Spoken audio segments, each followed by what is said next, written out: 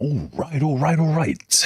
Cheers everyone, Zemalf here. Welcome to another Let's Try stream, where I will give a go to Deep Fringe. Hex-based strategy RPG, currently in early access. That's more or less all I know about it.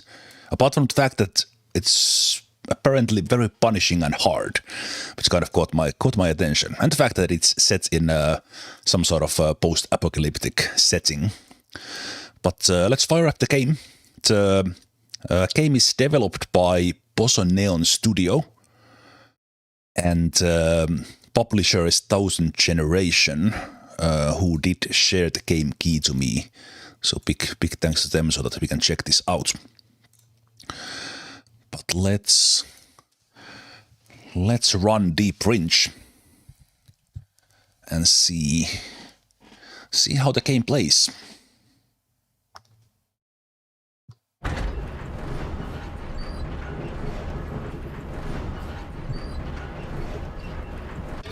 Okay, at least we have visual, we have sound. First things first, always checking those. Okay, we have a little bit of background music. I think the music volume is okay. We have a windowed mode. Battlefield hints. I think we want those on for now. So let's go with those, and since I am playing blind, I literally fired up the game to make sure that it works, and that's it. So let's do the tutorial first. Again, reminder, this is in early access, kind of quite early access, because I think it was released in January, so about a month ago. There's been a couple of updates already, but and they have a roadmap for this year, kind of how they proceed. But let's check the tutorial, how it is built here in the beginning. Sacred hull damage rate.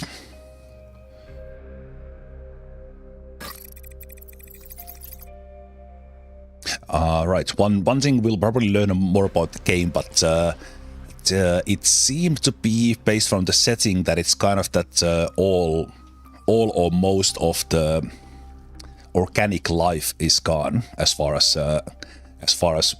we exist, and there's a lot of machines. But let's see. Physical circuits rotted away.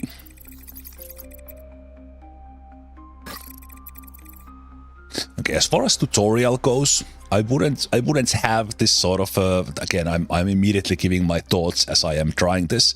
I wouldn't give this sort of let's say lore feel or such in the tutorial. This would be something that goes to the beginning of the campaign. Tutorial should just teach you about the main game mechanics. And especially this seems quite long as well. I don't know what that really added there. Because right now, as I am trying to learn the game mechanics, I'm, in all honesty, not really interested in this just yet. This is what I wanted, how the game plays. Okay, let's see how the game screen is on. I think the right-hand side for the camera is fine. Okay, so we are playing with, I assume, these units. We have action points, we have energy. We have the units in the left. I am not sure yet. Well, hopefully this tutorial teaches us that. I kinda got the feeling that this is not like that we do our moves then they do their moves, but it's more of a unit by unit, and we will see the units here on the left hand side.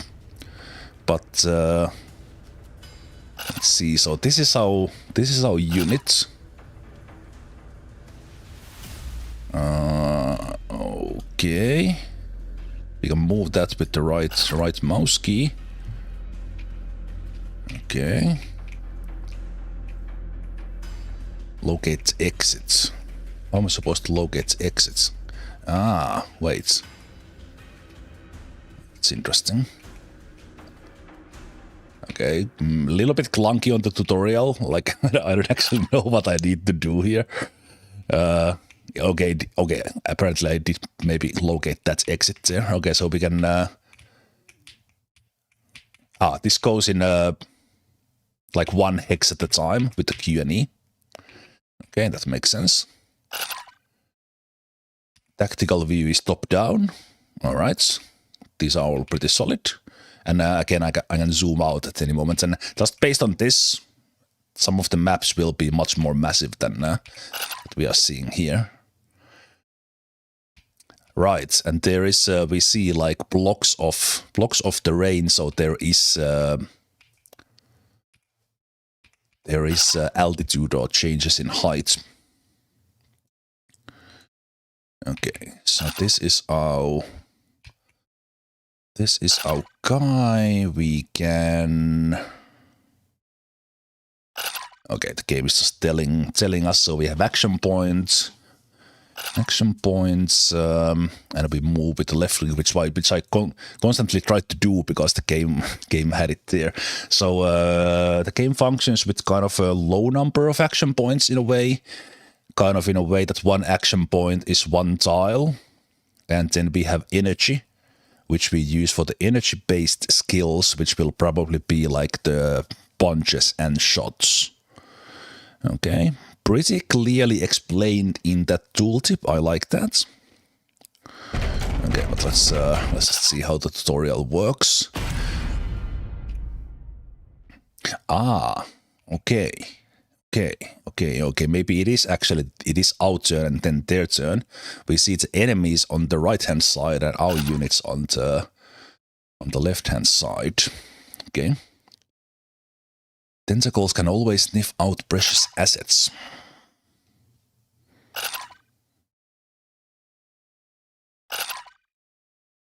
Okay. So we take our guy and then we have our energy. Which is interesting, that is this per turn. We'll maybe learn that in a moment. So we're gonna do the powered punch as the game instructs. And that had, right, as the hex there thought it had a punch back, so we pushed it there. So tutorial is immediately teaching us that, okay, pay attention to the terrain and use it. What's the ceiling? Ah, will that thing drop from up there? Okay.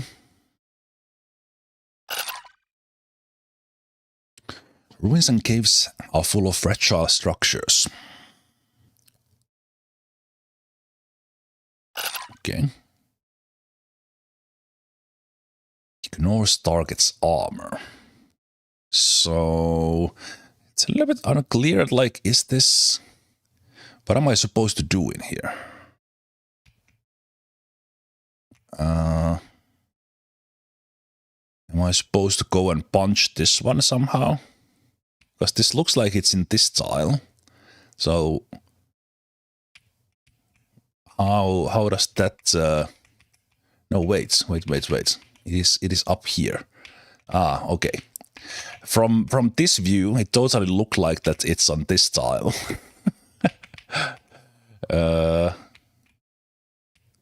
Okay, interesting. So now how do I attack that one? Altitude limit flaming stack. 2x2. Okay, now tutorial, I have no idea what you want me to do. That was not very clear. I guess I just need to watch out for it.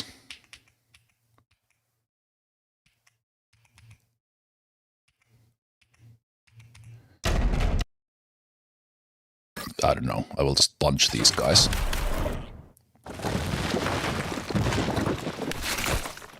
Okay, so that was coming from there, but that was not triggered by me. Tutorial kind of gave me an idea that I would be guiding that. All right. yeah, again in early access they well, this is actually surprisingly thought out, fleshed out tutorial, but it already has some issues. Push that pile of scrap machinery down. So in this case, I'm actually gonna interact with this. Okay, and energy does reset per turn.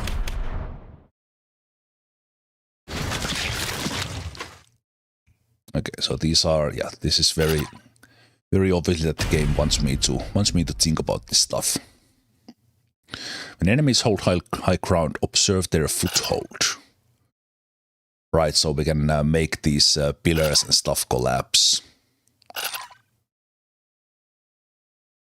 Okay, so we have a new unit here, Dogfire, that has a nail, bolt, or torch. Okay.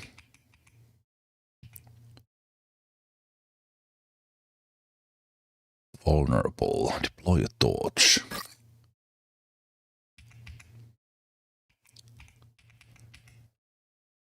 Okay. Okay, that was not what I was supposed to do, I guess. Okay, that's what it means. I was supposed to attack that one and it moved the tile, okay.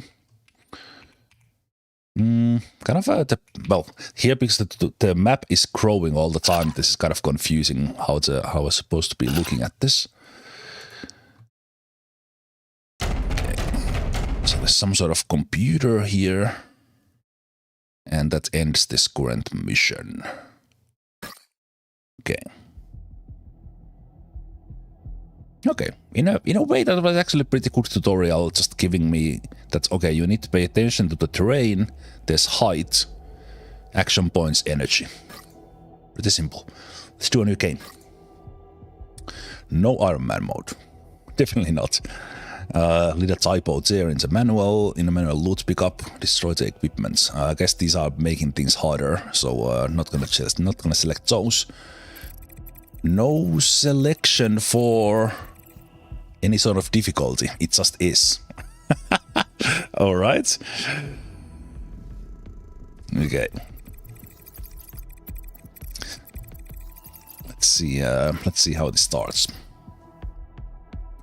A war against the Malcode biomass has reached the critical overpressure. The heat in the chemist sector is spiraling out of control. We must open a flank to vent this pressure. Malforms. Malcode biomass. Maybe some sort of enemies. Enemies that we are gonna fight.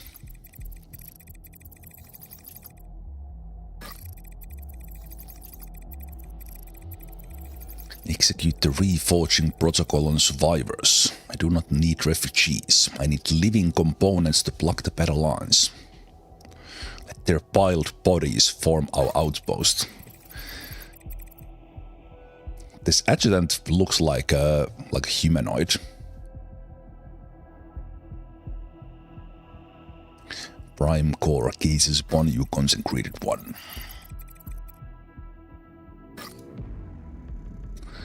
All right. Okay. In the end, I kind of need to click one of these instead of going forward. Okay, and this button doesn't do anything, even that it highlights. Some minor oddities there. Okay, it throws us straight into a fight, which I actually kind of like. So let's see. So we have all sorts of enemies, and we have them here on the right hand side. Some of them are hidden behind my camera, but I think that's fine. We have the coordinates showing in the bottom in an interesting way. That's pretty cool. And we see this, when we mouse over, we see the stability. So that's related to that we can actually crush something down. We can undo the last movement.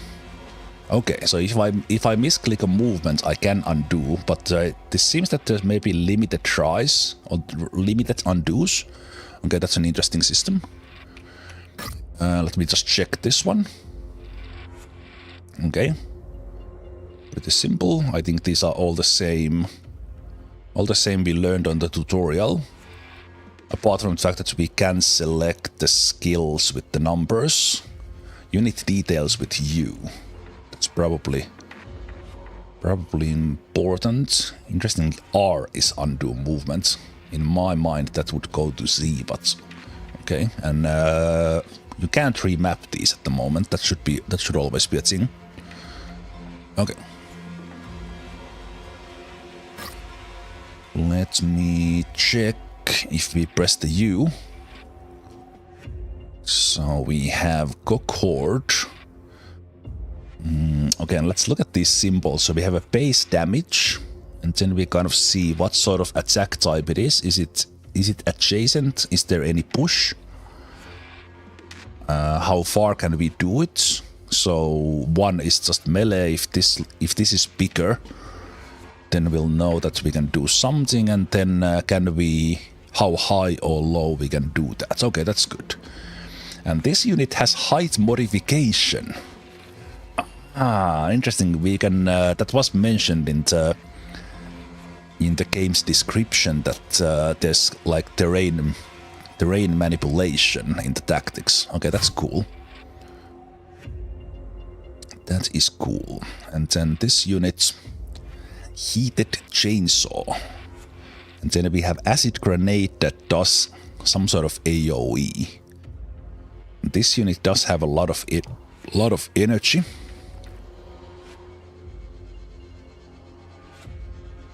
Doesn't have much action points, so it's slow. You can shoot high up with its armor piercing, all that. Hit points, and then we have all these stats. Sights and climb are probably something to pay attention to. Critical and dodge. Okay, who do we have here? Fierce minion, this we saw in the tutorial already, so the powered punch pushes things away.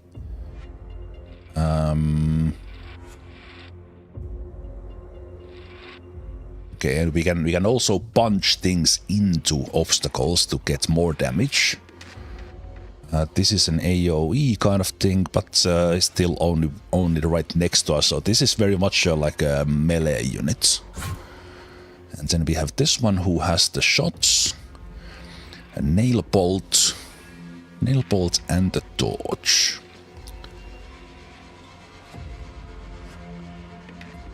Okay, where does it tell me that?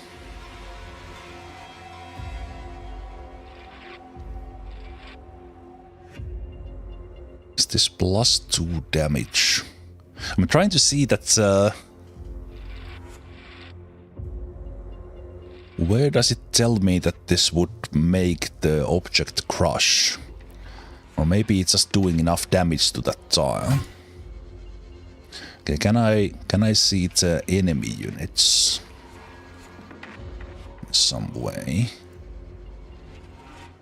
Okay, we can also take a look at the enemy units as well. Okay, in full details. Okay. So these ones are big. How about these ones? They are relatively fast. They have a bite. They can do something when they are kind of together. Okay, so that's good to know. And then finally we have these guys. Also have a melee thing, but yeah, it looks like they have this activity with others if receptor is inactive. Okay. So does that mean that they take damage if they are not together? Okay, that's interesting. Okay, let's do you first. This looks like this could be pushed around. So we could maybe punch it on them. Let's try that right away.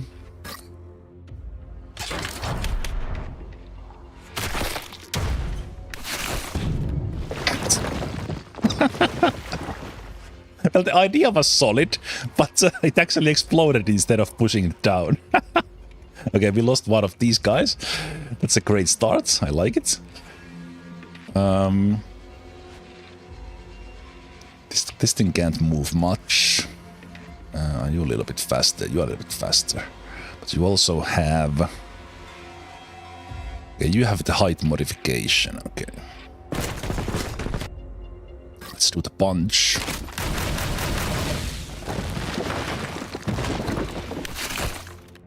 Okay, I completely missed the terrain things that were floating up in the air. That was not very clear to me. Right, and we can continue moving if we have action points. I think this might be able to push down.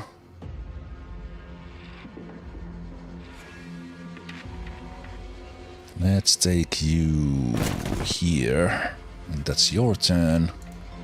Then we have these guys.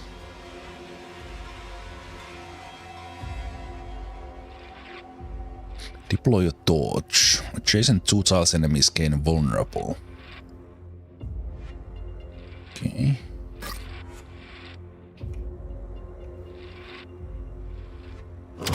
Let me shoot those guys back there with the nail bolt. We nearly got him. Let's move you here.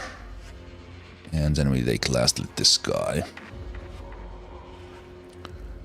Okay, so we could go right over here, and this guy is kind of tanky. I think I might want to let these guys come to us.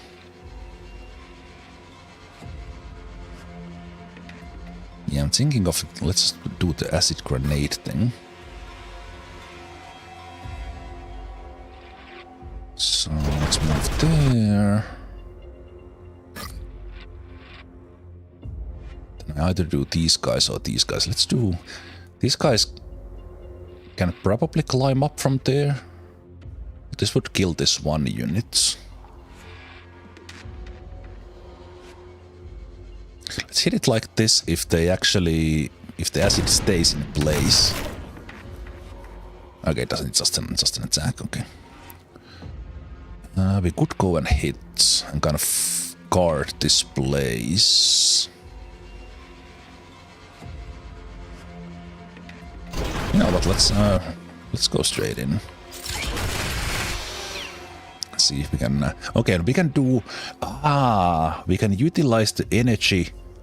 So this thing can attack many times a turn, of course. And maybe there is a limit to the energy that we don't regenerate it full. If we do this, this unit is absolute mayhem. It can do 4 of these chain attacks.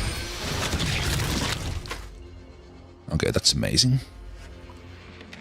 That's amazing. Okay, I think that's our turn. Alright. Oh, that's interesting. The enemies do all their moves at the same time. That's very rare in turn-based games. That's cool. That is actually pretty cool. Okay, we took quite a lot of damage, but now we can just kill all of these with our what was he called? Fierce Minion. No, not Fierce Minion, but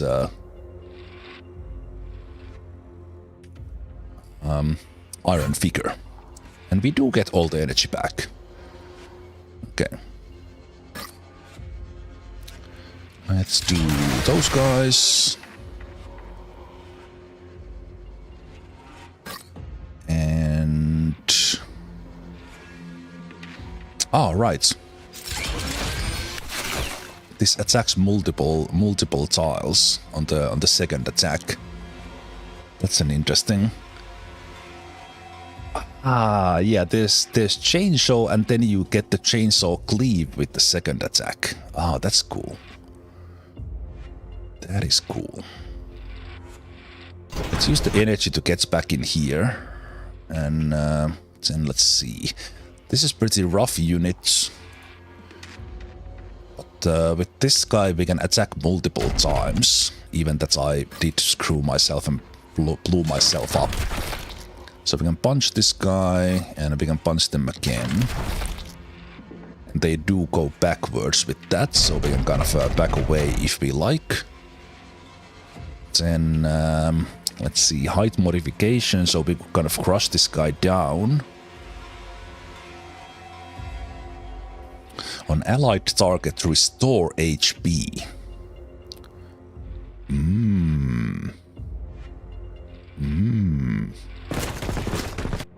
Okay. It's weld. Yes, this guy's our healer. Let's go. Okay. Yeah, one thing I totally missed was that I also, do we see that they will be attacking me? Is that what you mean? I think I do have a kill on this guy. Especially because the nail bolt does push them down. Move here. Ah, yeah, it shows like who they gonna attack based on distance. Okay, that's cool.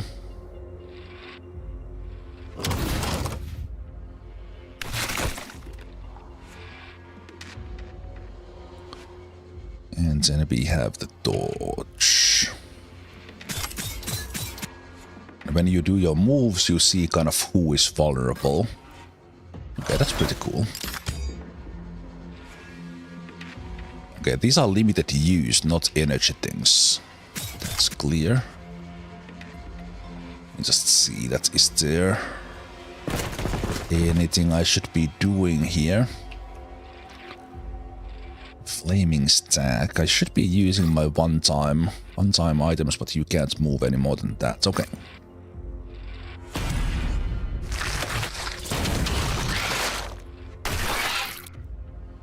They do that sort of push. I gotta say, I think this is the first game ever where I see this sort of enemy turn. And at least based on this, maybe these are like some sort of mindless enemies that they always do the same thing. So we kind of see that's what they're about to do. But I have never seen this sort of thing that they do all their actions at the same time instead of moving one unit at a time like we do. As I said, that's pretty cool. It's pretty cool. Let's actually move you here, and because you do more damage, so that we can kill this big guy.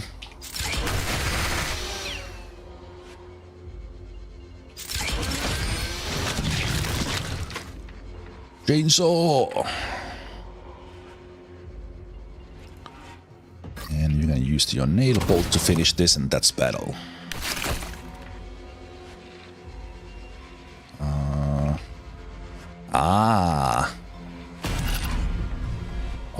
Okay. Copper root try picks for your sanctuary. So this looks like neutral units.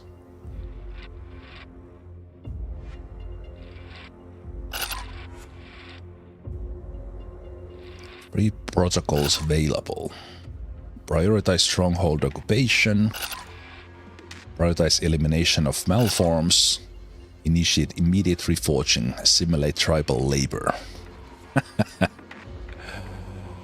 Okay.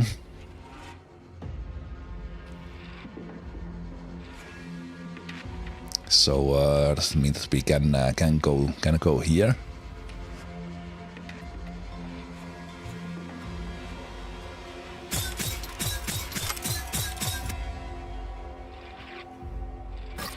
So we can take that away. Now we gained one undo.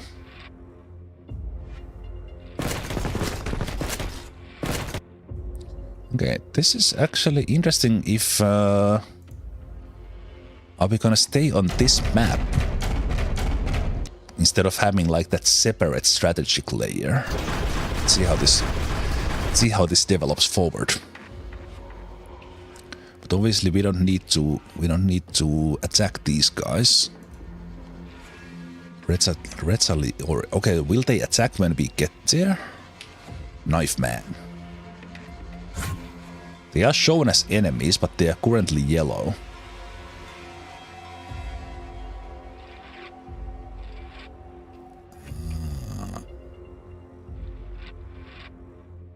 Also, this torch stayed here.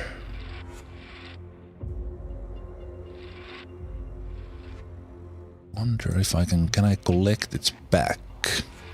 Let's see what happens when I end the turn.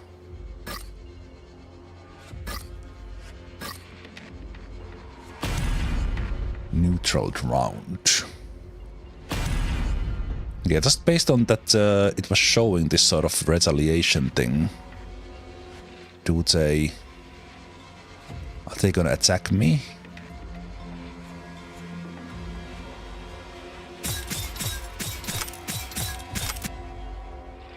It's not showing anything yet. Okay, that's interesting. Does this mean that I need to do both of these? Maybe. Actually, I would like to see if I can pick that up. And I guess I gain more vision of the battlefield when I do these things. Yeah, they're still not moving. Let me see if I can go there and get the torch back. Oh, that was the only way up. Okay. I'm not gonna step on this exit just yet. This does not expand anywhere.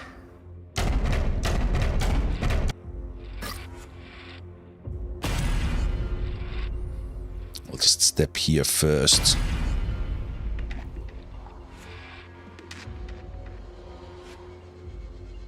Wait, you can't climb up?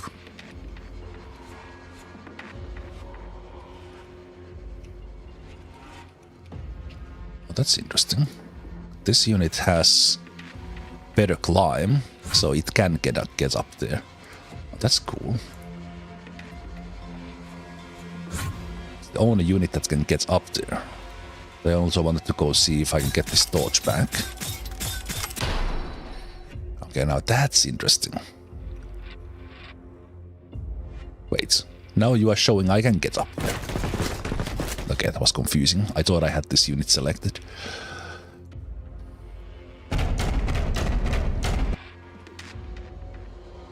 Okay, let's end the turn there. Yes, everything is fine.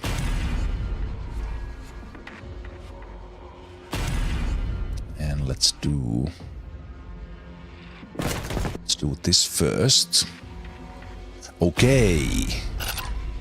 That's immediately revealed. Ah. Executing command Reforge.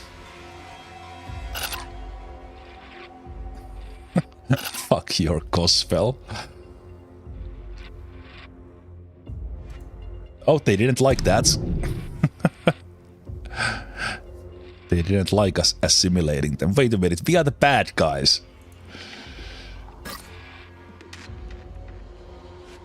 Wait, well, oh right, right. I now just realized we just literally took their biomass. I thought we were gonna get some allies. No, we are the bad guys. We are the robot race that is trying to get all the organic life we need it as fuel. Oh, that's amazing. That is amazing. Okay, this looks like this can't be picked up. At least automatically, and I don't see any things in here. We have a lot of these guys up here. And I assume, do these things kind of provide us something? That is a little bit unclear. Can I click these? Forge Workshop consumes 2 energy to summon a cockhorn. Ah, so we are gonna play on this map the whole time. Ah, that's cool. That is cool. Okay. Self-destructs when energy is exhausted.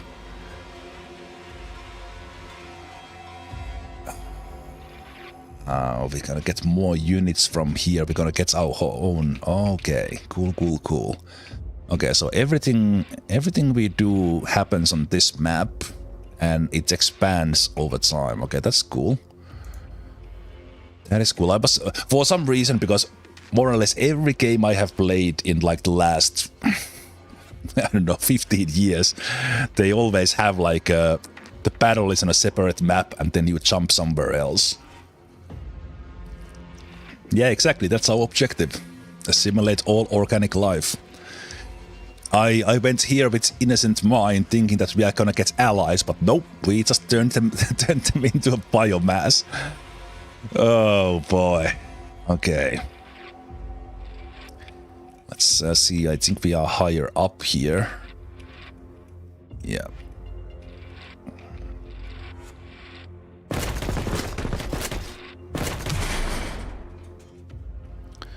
And the range of this one was... Alright, you can't do much. You only have punches. I was not really prepared for these sort of things, so I will probably need to back away a little.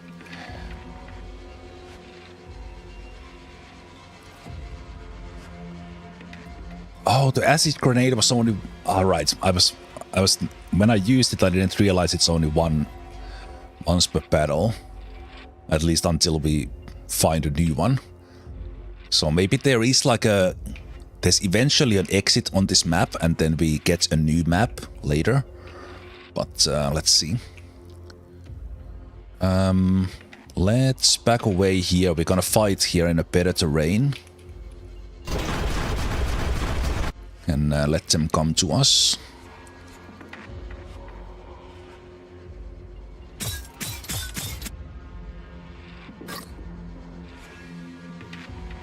Okay. I think that's all our moves.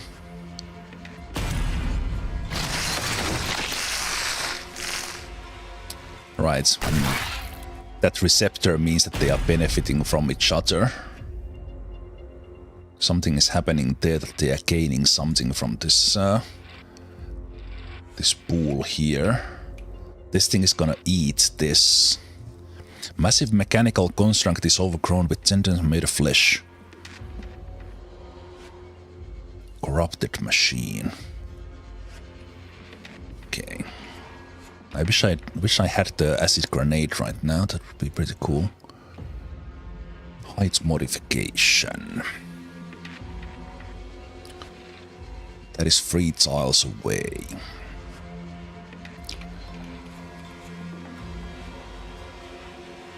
Let's do...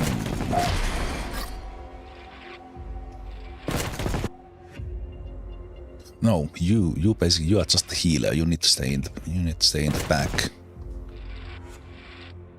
You do have the height modification, but we are not going to using that right now. You have the AoE attack there, so you could use that somewhere. Let's see. I think I will just get here and guard this side. I will also punch this thing down. And I assume if I punch this one, it will crush on the other guy. Yeah.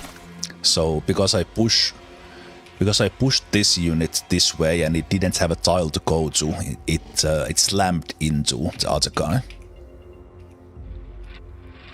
Okay, I think for this guy we have a good place here because we can do the AoE attack. The chainsaw. So we do the normal chainsaw first. Oh no, it's actually right away the cleave.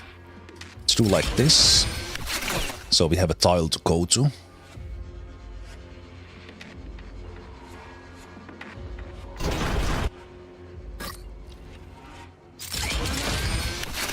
Okay, so it alternates. We have a single attack and the next one will be the cleave again. Okay. Now we don't have moves and you are the one who attacks in from range. And the cleave does create this flame. which probably blocks movement, so that will be a good utility.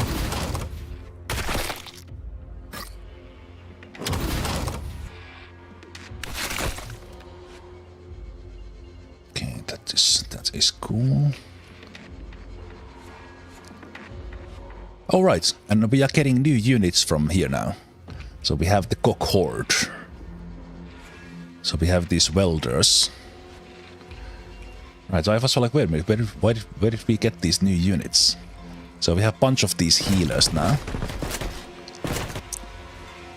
Hey Decillion, this is Deep Fringe, a game I am now trying for the first time, and we are very much in the beginning here, learning the game mechanics and all that. Okay. So these are our mass units. We have a lot of these guys. And just based on the description, we will be these units will be popping from these machines every now and then. That's pretty amazing. Oh, there was one back here as well. Okay. It's a chain flame saw. That is true. That is true. Okay. And now we're gonna see all the enemies do their thing at the same time, which is pretty cool. Oh! One really cool aspect about the game like this. When I mouse over the end turn, you see on the left hand side, we see that have we used all the abilities. So it's basically showing me that, hey, you still have stuff to do if you want. Not moves, but energy usage. That is awesome. Little thing, but kind of that's actually a very nice feature.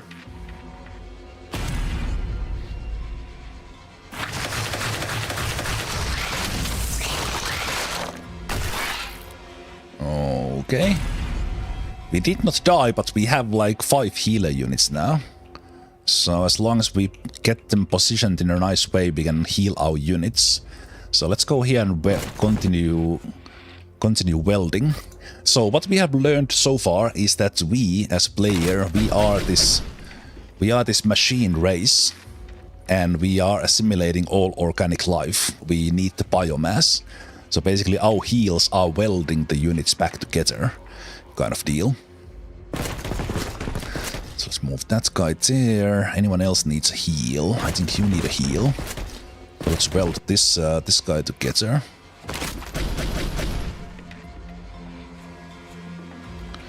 And do we have a good position for welding? I think you could go here and punch these guys down. And you could then punch them on these guys. Oh, actually no, I already used all my moves. Never mind. Let's kill these guys.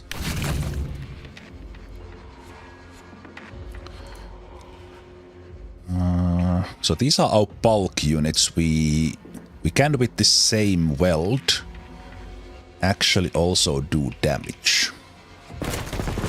So let's use these bulk units to also do some damage. Okay. And then where do we have a good chainsaw? Also, this guy here is the toughest units, and we also see who the enemies are gonna attack on. Let's see what we can do. I think you are better attacking these smaller ones, but because I think this one does. They have the nasty AoEs and stuff. They can dash, so they can basically charge at us. Summons larva swarm on adjacent. Okay, this one is not doing that much on its own. It will just spawn a lot of these other units. Okay.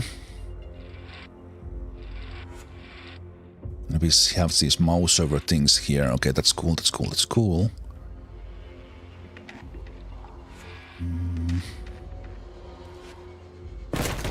Bring you here as well. We can kill these guys.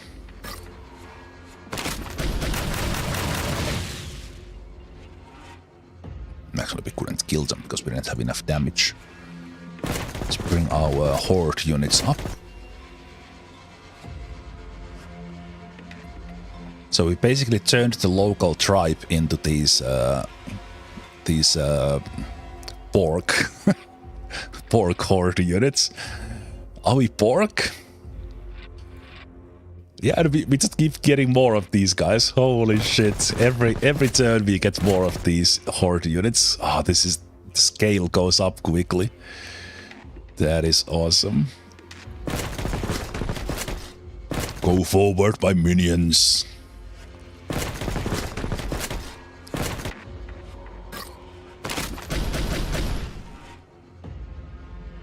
And we can keep ourselves. Okay, this unit list on the left-hand side is getting. It's gonna get. It should like start to compress because we have so many units.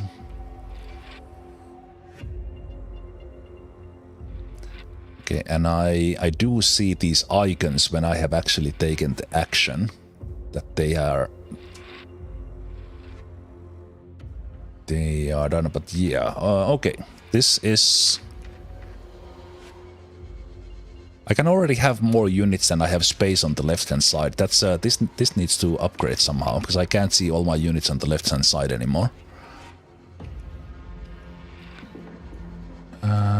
Okay, we should somehow kill this guy, but the next one will be the cleave.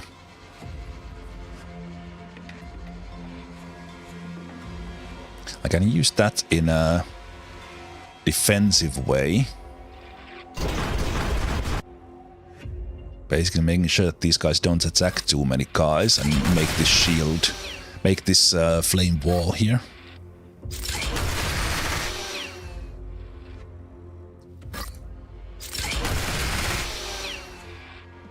Oh. Okay, I did have one more attack here to finish this guy off. That's cool. There was some sort of icon, like a box symbol there, so we got some loot from there. Okay. It looks like I can't change into next unit. Oh, I can. First didn't do it, but I can mouse over all my units. But then it ended the turn automatically. Okay. Okay, that was a little bit unexpected. I was pressing tabulator to go from unit to unit and it ended a turn. In the end. Okay. So a lot of these small guys here. Let's continue. Let's punch these guys down.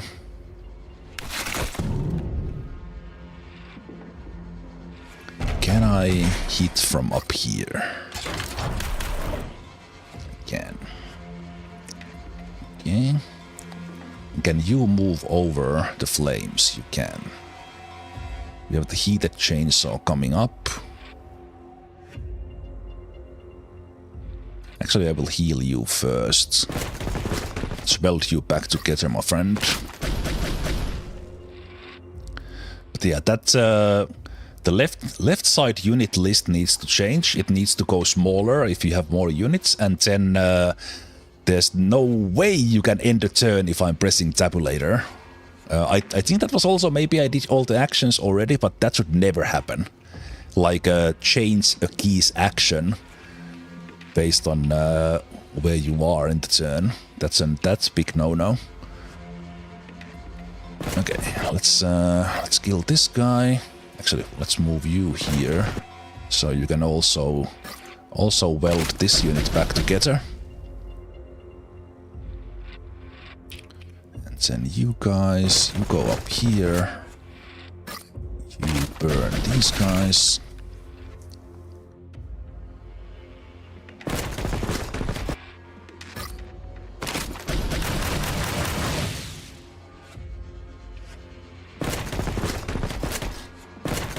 Especially because I'm getting more units every single turn. Like there's we are just running out of space so fast in that side. Okay. Wonder if I can stay in the fire. Probably could.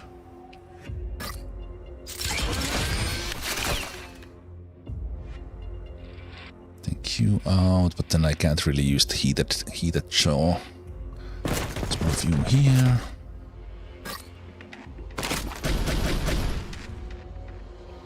Heal you back together.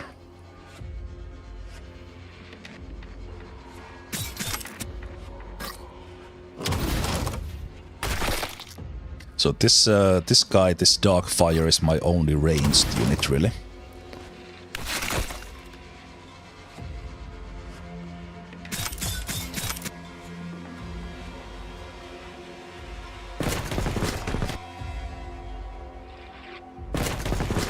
Horde of units. So we're gonna get endless amount of these tribe units.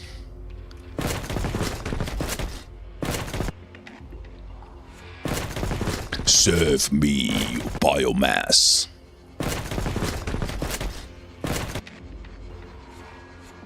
Okay.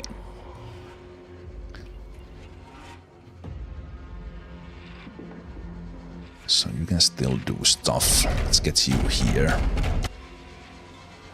Don't have a bunch, but we can do that.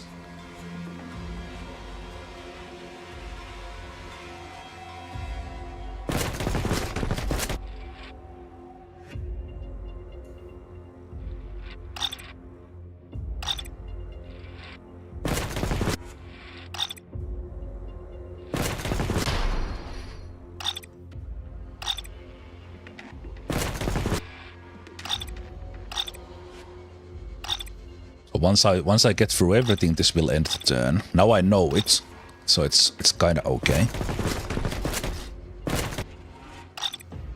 But yeah, if the game is gonna give me missions like this where I literally get endless supply of units, this left-hand side needs to change.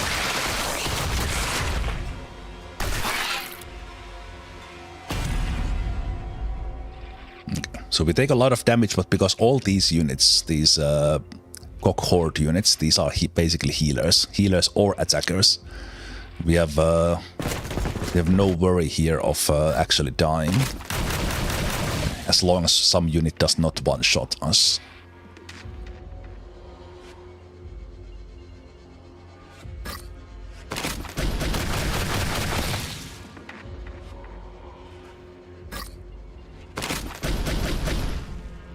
Pretty interesting faction we are playing indeed.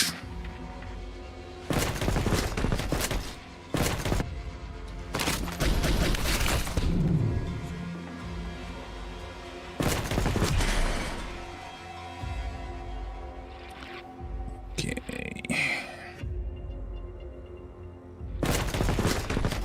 Weld these guys together. Move out of the way. Oh.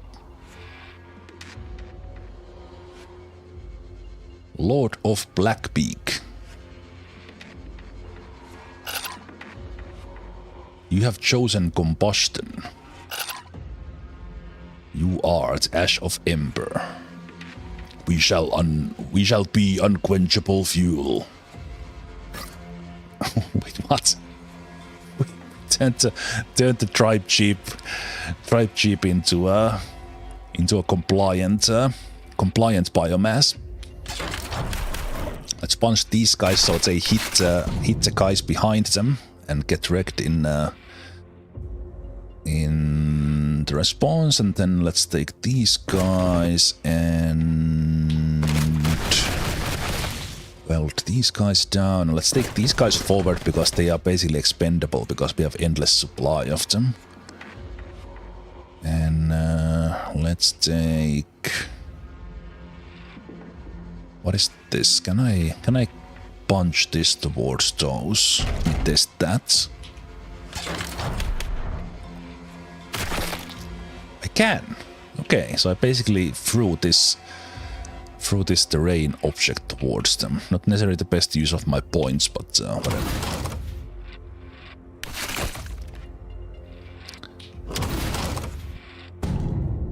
And these worms, these guys are not intelligent enough to surrender to us. So these we need to just destroy. Zemalf is evil today. Zebel. Indeed. Indeed I am.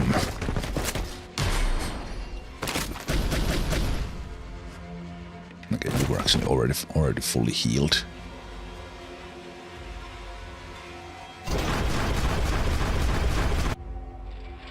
Of course, the enemies on this one are relatively simple. Let's go through all the units one by one here. But these guys took a little bit of damage. Can I weld myself? No.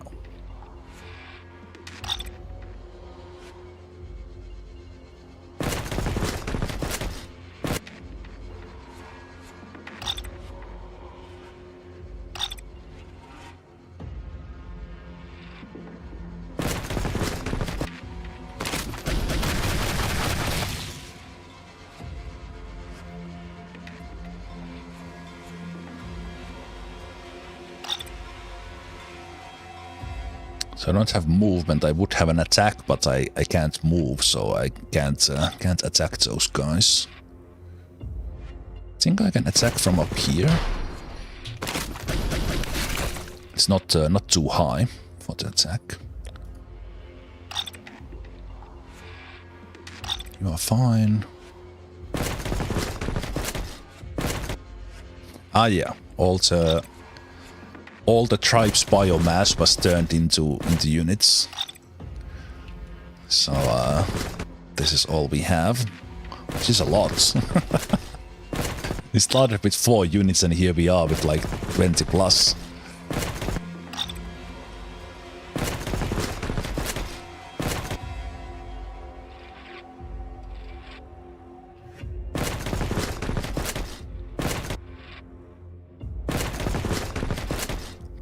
Pretty interesting first mission, gotta say. Okay.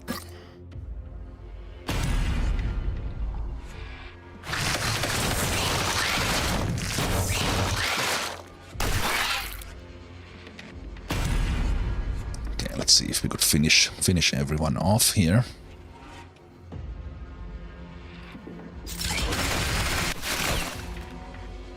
Chainsaw!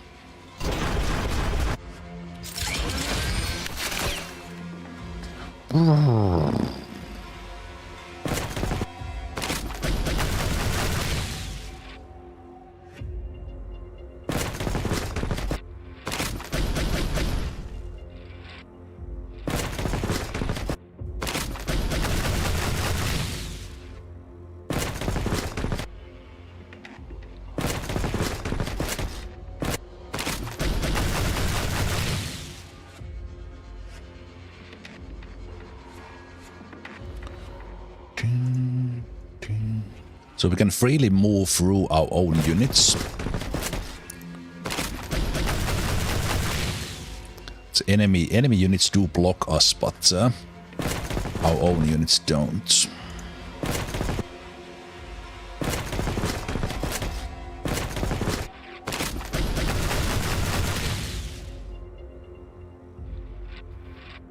I do like that we are the Horde. Just this fact that we are the what is usually the enemy in a game, the machine race that is turning all organic life into their fuel. This just this setting makes this game pretty cool already.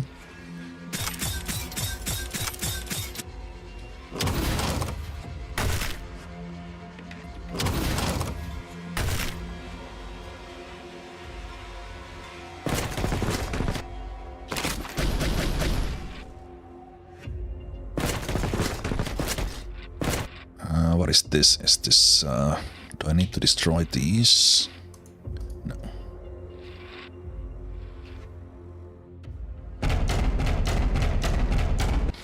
We are the next step in the evolution, yep. So these sort of things that are highlighted, sometimes these units that can push things forward, they can move them around or push them around. And I have not used this height modification with these units, so we could at all times we could lower and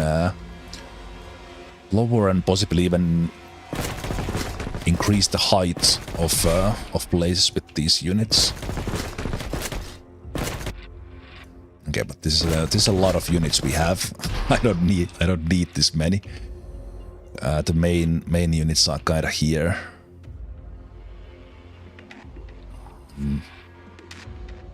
Let's see.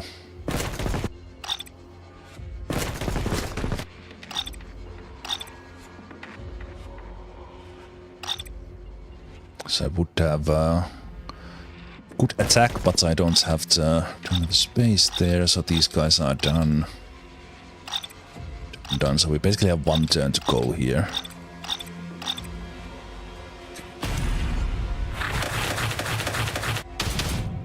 Yes, we are the bad guy. Well, who's the bad guy? Who's the good guy? But that's always on the perspective. But yes, we are the evil machine race that is turning all the organics into ours. So that's the last of those. Malformed threat neutralized. The monsters are dead, Copperroot. Copperroot keeps its word. Since you crave combustion, Ember grants you entry. Commander, you act like a scavenger, running errands back and forth. Fuel has no right to negotiate.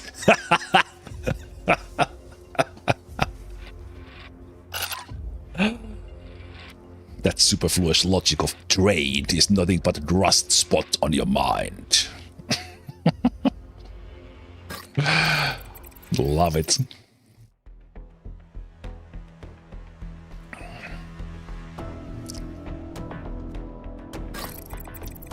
That is a very, very cool, harsh line. The fuel has no right to negotiate. Amazing. We must locate the heat source. Biomass readings in that sector are melting through critical thresholds. Warlord Millard is fighting in isolation in that quadrant. Merge your sequence with Purifier Tungsteel. Deploy immediately to Epsilon 42 and integrate into Millard's warband.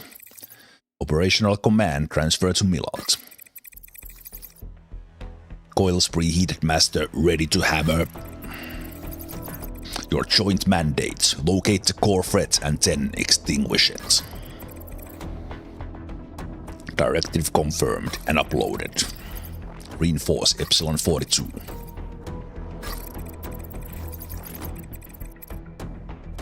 Execute.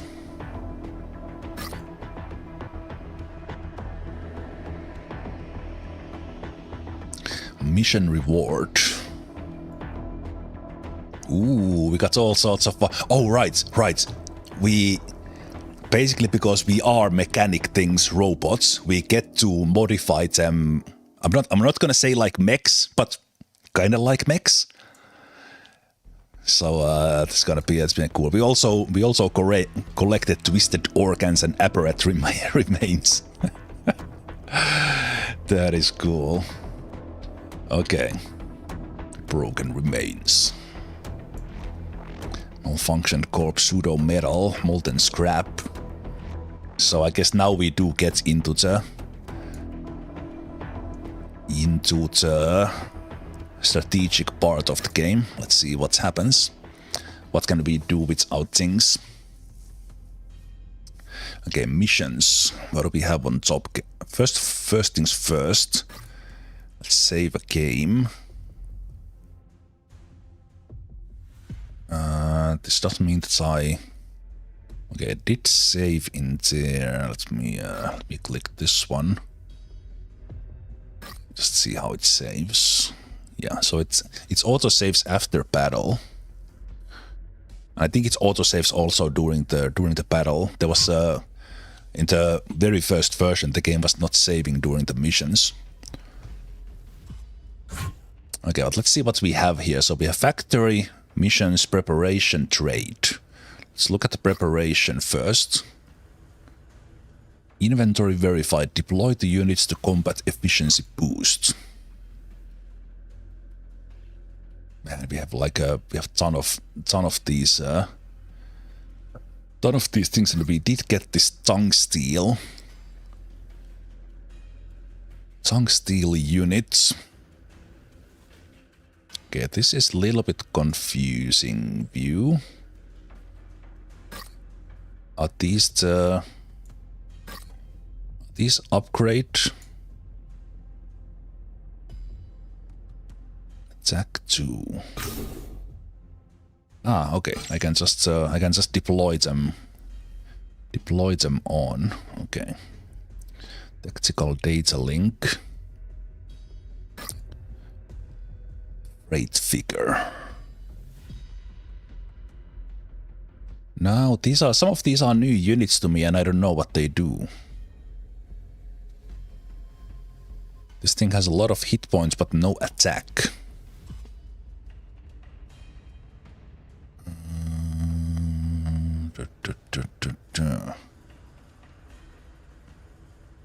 Get skill Theofield. Theofield. HP 12, defense 8. Where's my chainsaw man?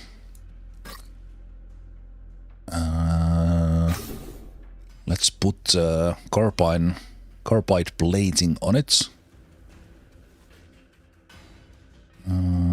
This gives HP, attack, and defense. We have a couple of the fierce demons here. Pulse amplifier, giving more critical. Composite exoframe, attack and defense. Attack. Let's give this guy additional exoframe, and let's give them the pulse amplifier, and then the other fierce minion, let's give them the... I don't know what these do. Oh, is this like a... this? Oh, now I see. This is like combined thing. This has a multiple things in it. Holy shit. Okay. Let me give you that so you will become like a tankiest tank. Okay. Now I see. Now I see. Additional HP. That's pretty cool. Let's give you the defense as well. So I'm kind of putting it on those units. I don't really know what you do, Tungsten, but you have attack of 2. I will give you attack of 4, making you a little bit more interesting. Okay, so we used all the items we had. That was in the preparation. Let's take a look at the factory. Factory is in normal condition. Forge upgrade is available. Okay, so let's see what happens here.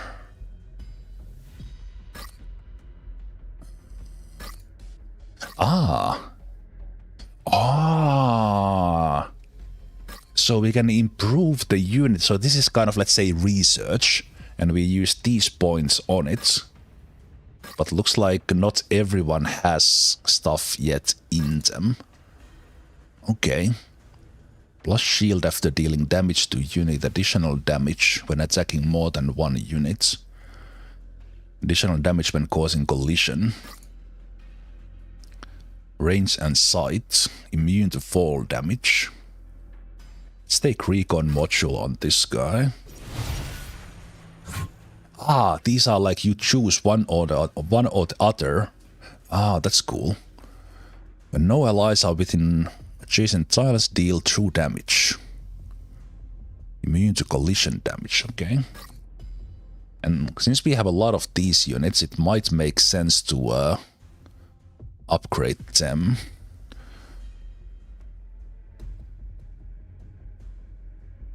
Maybe I will upgrade the weld on these guys.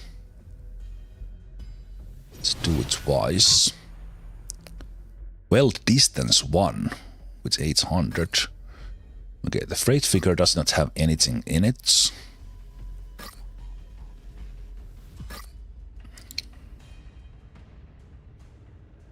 Additional damage.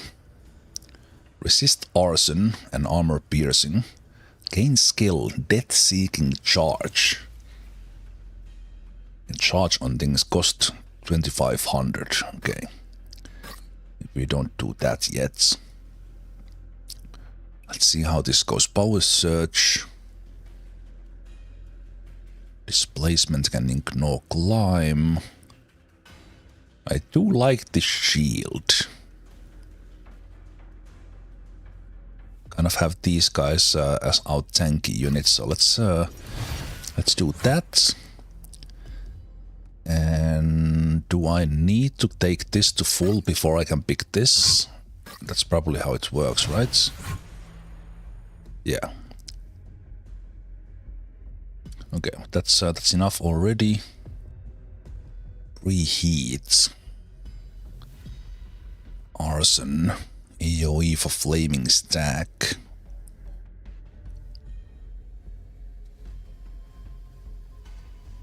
Okay, this is pretty cool. So you can kind of put upgrades on the units, and then you have this upgrade path as well through the research. And here we could immediately get to the next ones. Okay, so here we do have a choice. Do we want bacon? We always want bacon, but do we want these? Do we want to use the torch? Or do we want to use these? Immune to attacks from units below 3 elevation layers. Additional range to the nail bolt. That's probably the path I want to go to. So that means we would pick this one. It's quite expensive, I'm not gonna get it yet. Let me see if there's something here that I want to do, because we have a lot of these units. I assume that we are not gonna take all the units into the next battle, but let's see.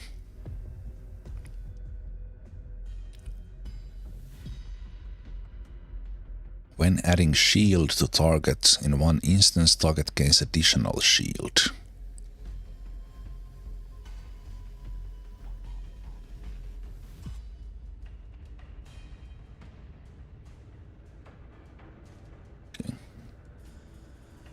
Disables one of the enemy target's equipment.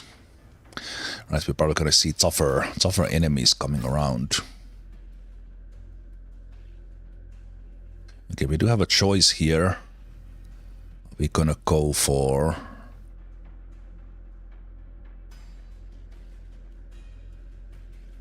more attack or... Ooh, okay, here we get additional use for the acid grenade and we can preheat our chain. I kind of like this charge that we have.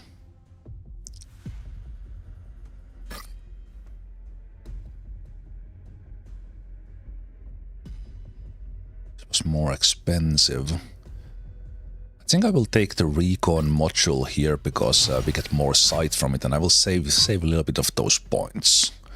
Okay, that's pretty good. Let's check the trade. A salvage can be sacrificed to the forge, helping the Papal Court forge more units and equipment. So these are the supplies. And they have a certain value. Okay.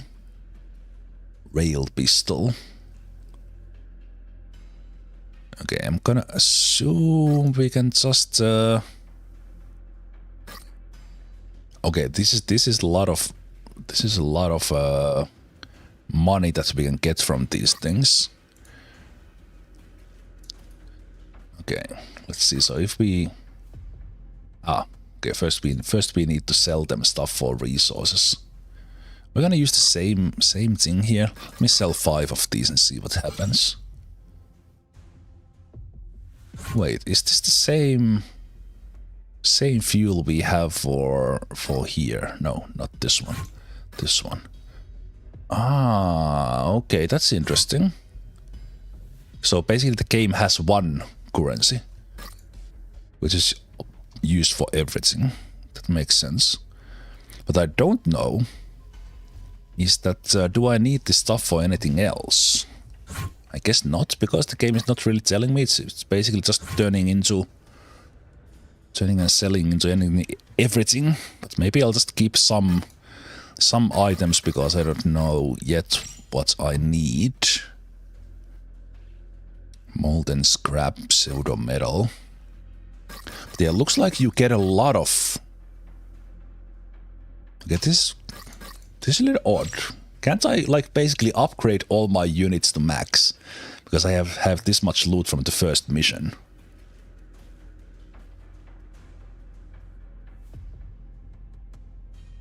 And all these seem relatively cheap. Gravity well. Gravity well generate a singularity. Okay. Oh no, wait. There's different currencies there. So these things. I see. Now I see how it works. It's not just the money units. We need to save some things. But looks like basically the bones and stuff we can just sell. But I should have not been selling the molten scrap. Yeah. Okay. Let me buy one of those. And kinetic dampening, buy one of those. This is pretty nice. Let's buy that. And that uses those, okay.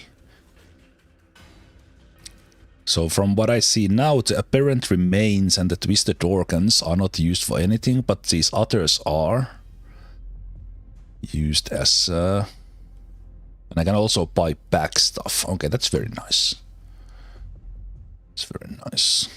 This rail pistol has a big attack, so let's buy that.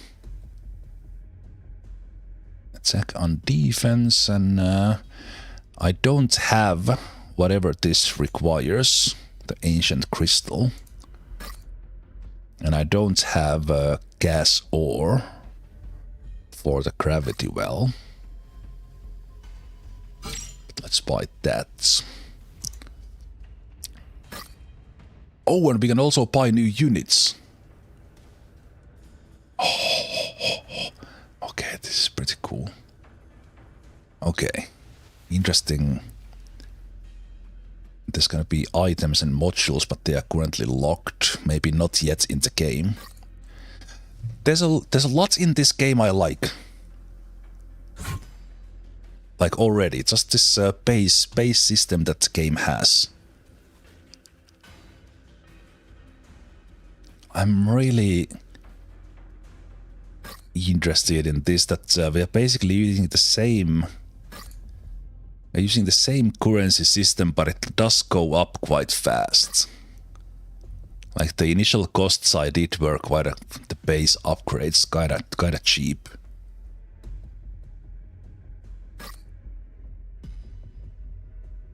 Yeah, let's definitely upgrade those guys fully.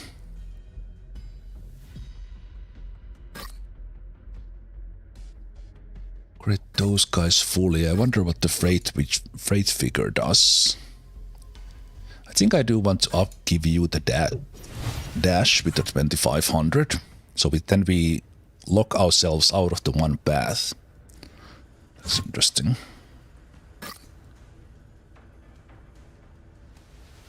And then let's finish upgrading here. So let's see. I think giving you...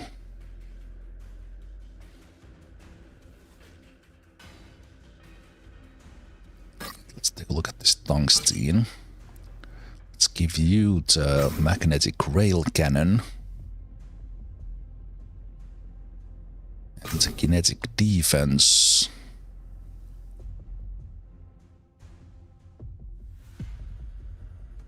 The things that give action points seems to be the rarest.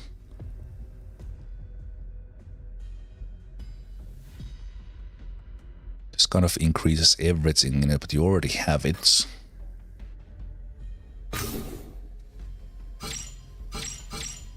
Let's give you its exo frame. That, so they are both kind of same. Both kind of same, and then for you... Let's see, could we make your attack even higher?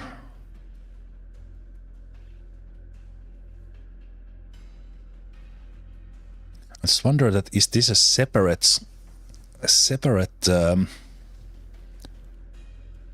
separately use this rail pistol, or is it included? That will they have this one, and then they will have the chainsaw. Let's put it there so we'll figure it out. And then you... Let's get the tactical data link. You don't have many hit points, so I want a little bit of defense for you because you are our scout man. Scout man, you will get additional attack. And... oh, this gives additional action points, right? It would actually be pretty good in here so that this chainsaw guy gets faster. Yeah, I like those. Okay, good. Let's take a save there. I'm gonna do a separate save so that we can backtrack. But even with just the first mission, we saw little glimpse of this. But let's see what the missions have. Okay. Breath signals have been detected in all surrounding passages. Remaining cycle is at maximum value. Company needs to continue the task of activating the incineration points. So we have a primary mission and then we have secondary missions. And I think this works in a way that if you don't have... Basically the primary is the main quest, so to speak. And you need to do some number of secondaries to unlock the next primary. So let's see, do we get some information from here? Victory condition, move to the target points. Bonus points for game having large text, but also kind of unnecessary large text in some cases. This could just be bigger window here.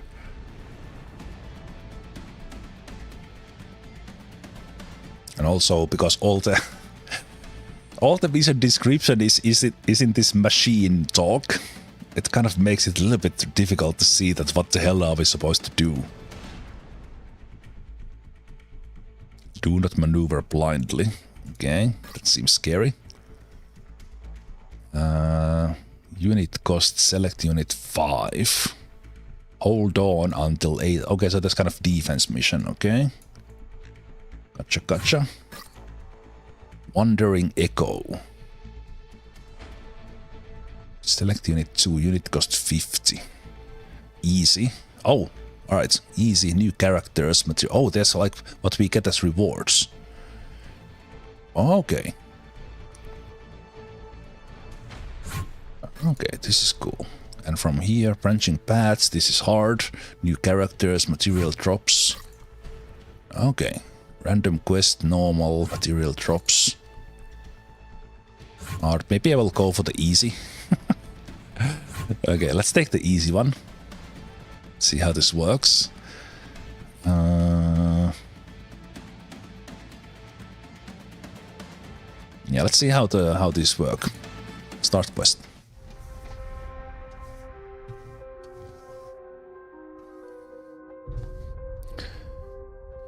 Okay, and we have a unit cost. In this mission we are very limited. So that this only means I will go in with 2 units. Okay, I want to see how this tungsten works.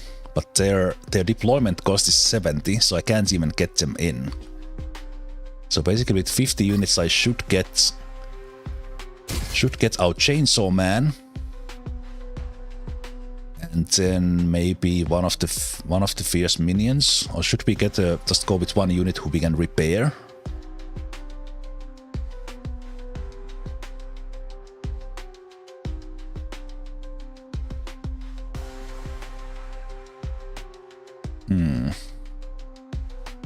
Interesting choice of just going with 2.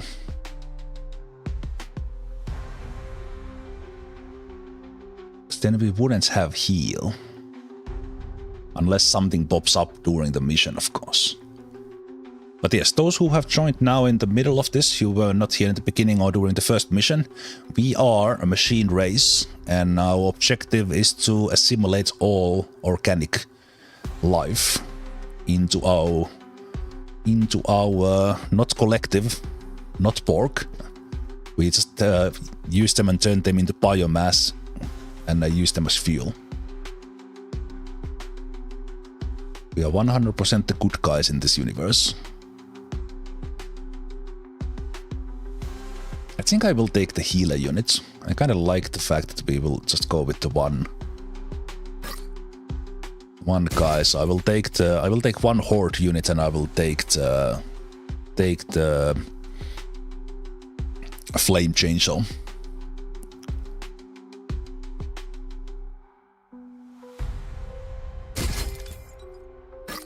Start quests. Big guy over there. What's your dreads? Okay, this guy can't die. The drive gear by your foot is a vintage part. Can you afford to replace it if you crush it? Okay. What does this tile say? There's some sort of a mist around.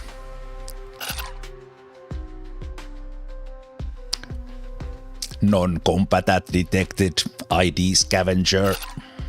Threat assessment low.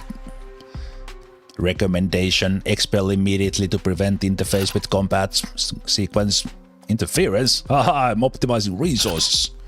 Since I have quests, watch and learn. Look at this pile of unwanted junk.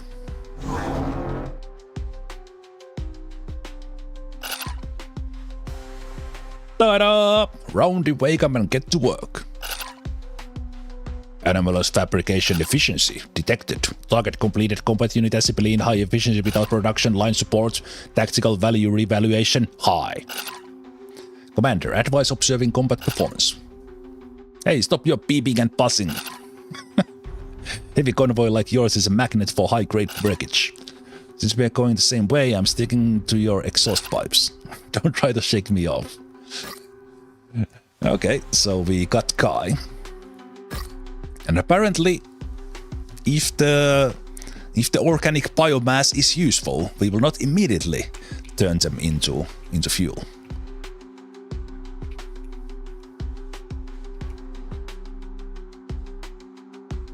And we have a scrap buster on Kai, and they did indeed build this build this round shape. Okay, let's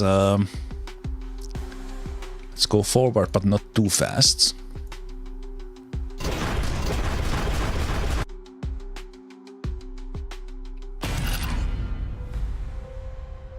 Terrain data updated. Drifter outpost detected in forward sector. Detecting hostile armed signals and high density industrial and material signatures. Beep bloop. Whoa, jackpots. Look over there, a whole crate of high purity capacitors. And that pile of rust-free servo bearings. Don't let them touch my treasure. Scraps, attack! Okay. Oh. Fog of War, I was about to say. So we have a new kind of unit here for the enemy. Wonder. And they have a rifle that they can shoot 2 tiles away. Okay, They are up there, so I don't think I can attack them unless I take them down. Wish I noticed them first. Ah, so I take that back. We had a new turn here.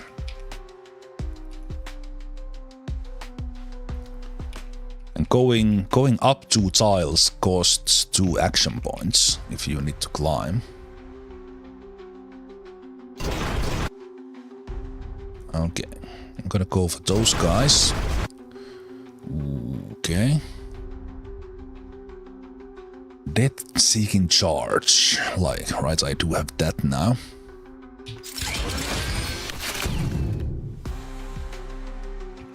Those guys turned into pile of mess. That guy moved already. A little bit slower with this units.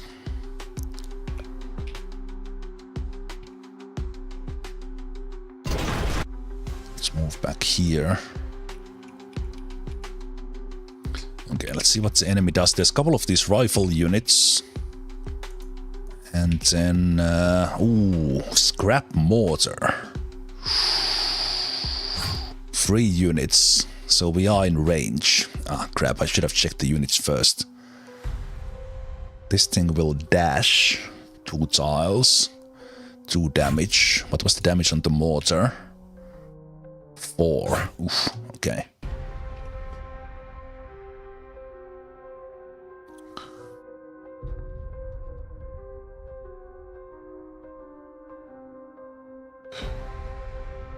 All right, I can do this charge.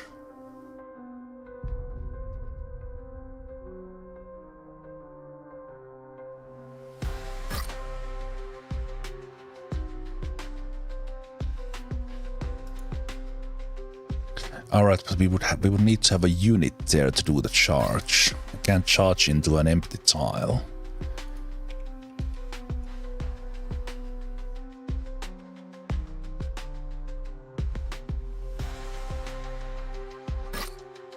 I wish I could dash to a tile like this.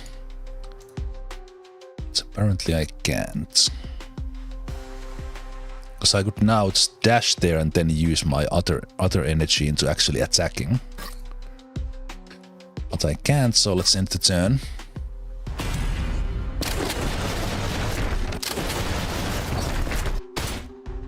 Okay, there's a lot of them.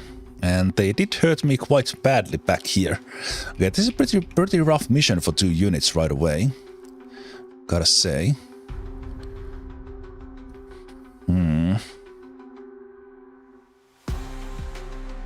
Okay, something from back there is... Oh, there's the mortar back there. It's attacking us. So I need to keep these guys safe because my main man can take the damage, but... what is this guy? Mutant. Scrap shotgun. Mutant dash. Okay.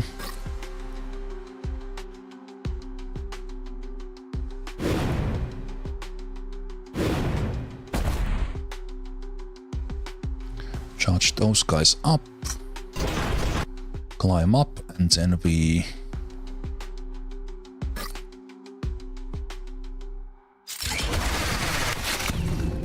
chainsaw them.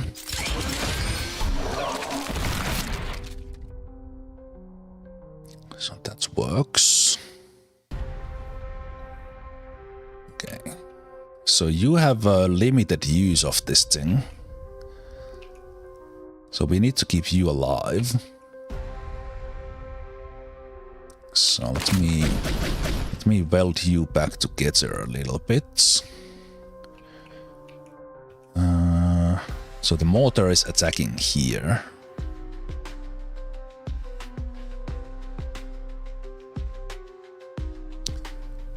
This has a range of 2.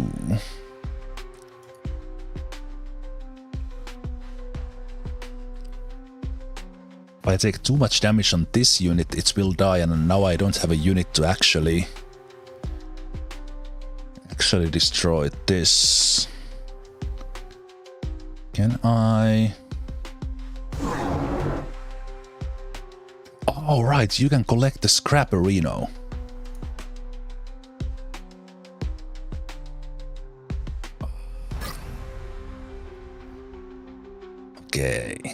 This scrap man is cool.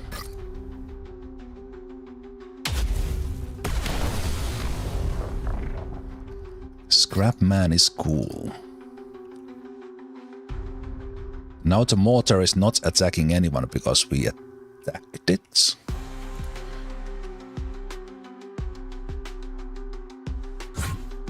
Oh no, it is attacking us. Would like you to attack this guy. No. No.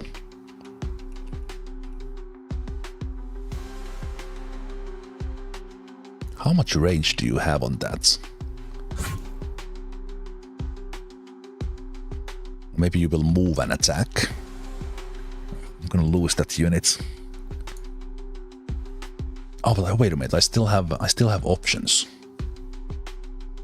I still have options.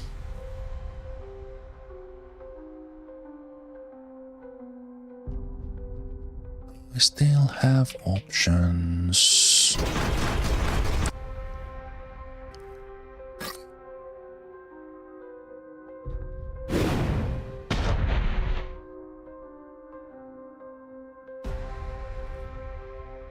I think this could be a good time to also use the acid grenade. Just to get the guys out who are doing damage, even that it's once per mission.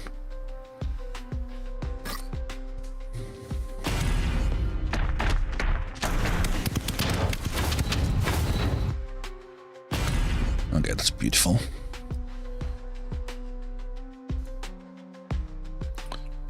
Okay, let's chainsaw. Actually, let's first see what you can do.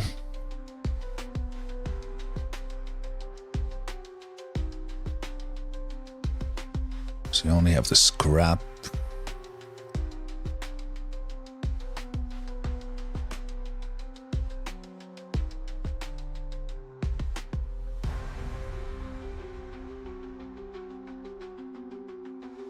We collected one thing from there, like is it these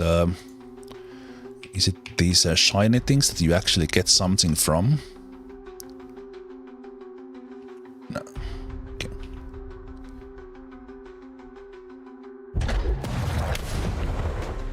Let's use the scrap pistol here to get this guy down. And then I think my chain dude can get this guy off. Actually, I should have used my one chainsaw first.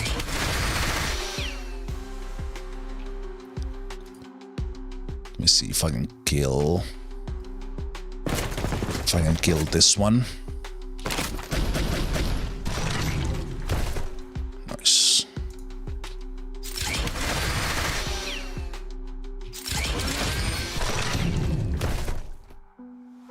Chainsaw!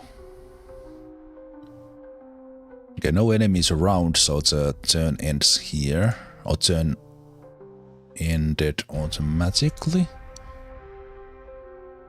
Or did I have some ability that resets my action points after attack or something?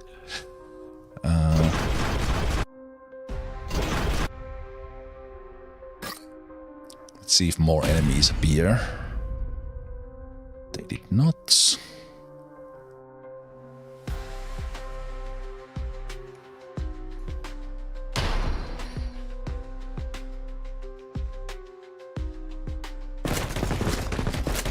I'm gonna wait before I go there. I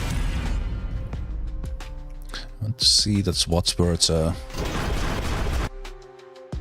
Was I able to collect something from these ones?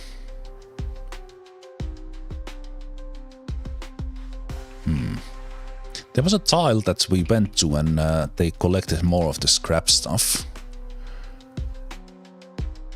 I didn't quite see. Oh, wait. Oh, reload. Ah.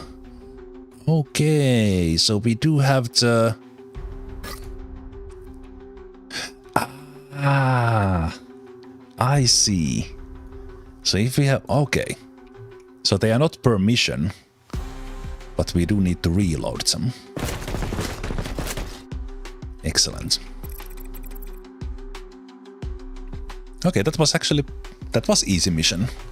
Especially because I took the chainsaw guy. And we get a new character, this scavenger guy. Your mech's engine purrs beautiful. And guys are going to more places, right? Gonna make more ruins, right? Take me with you. I don't need payment, just let me pick up the leftover parts. Post-battle data review complete. Anomalous perimeter detected. Records indicate when the subject is present, the destruction rate of all high-value cargo containers on the battlefield drops to 0%. Proposal: integrate subject into auxiliary sequence. Commander, awaiting orders. That's the spirit. Don't worry, me and my scraps won't drop the chain. All aboard.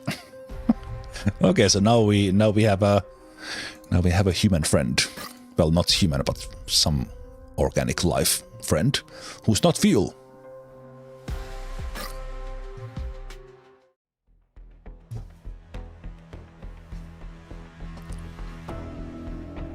Molten scrap and a fuel drum and 15 of the things. Okay, so some missions are extremely short and sweet. But I think the first mission as an introduction into what we are, that we turn the biomass into fuel, was really nice. So again, with all that loot and stuff, we have this currency on the top left, which we use for everything. We have stuff that we can trade if we find new stuff, and looks like things appear here relatively quickly. So for example, now we have this quantum resonator. But just based on that, we are gonna go into many of these missions with very limited number of units.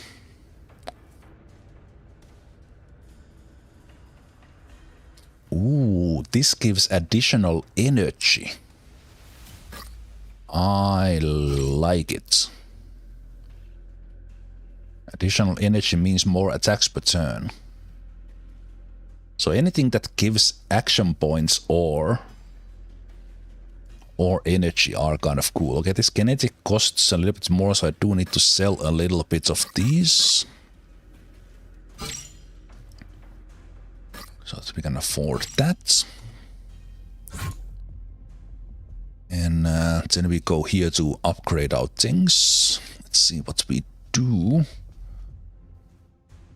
I think I'm gonna go use this G. Use this.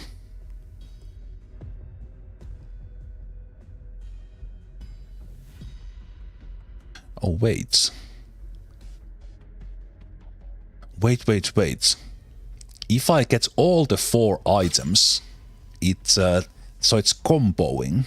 So I have these 3 items, they are now highlighted in green. So if I have the composite exo frame there as well, then I get all of them and I gain this Theo field. Ah, cool. Okay.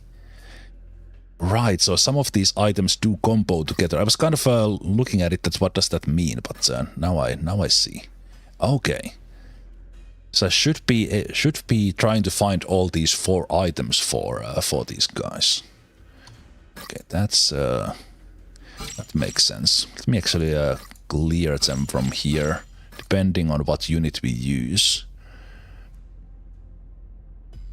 Okay, for some reason we got 2 of these scrap units, these guys. They are super cheap,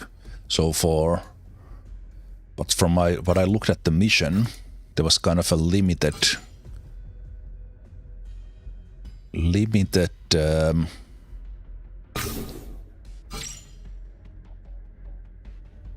wait, what did I click?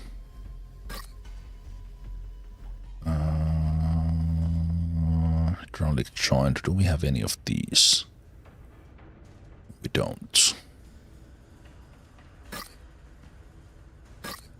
Okay, so, but I could upgrade one of the cohort units into being a little bit better, because I think I want one of these as healing units for me.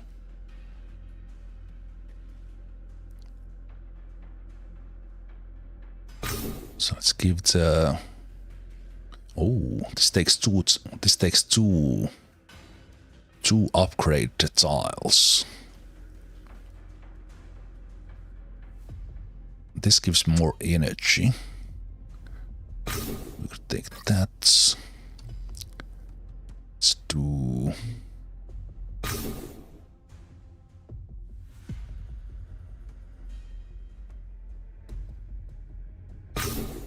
Additional attack on you. Attack and critical. HP and defense. So these guys are kind of upgraded. See the symbols there. There's probably some meaning with these colors as well. That's what kind of things we are adding in.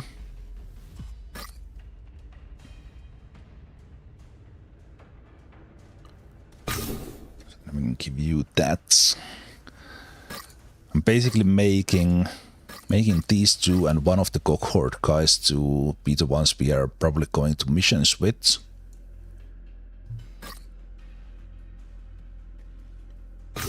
And let's give you a couple, and we can move these around, so that's really nice.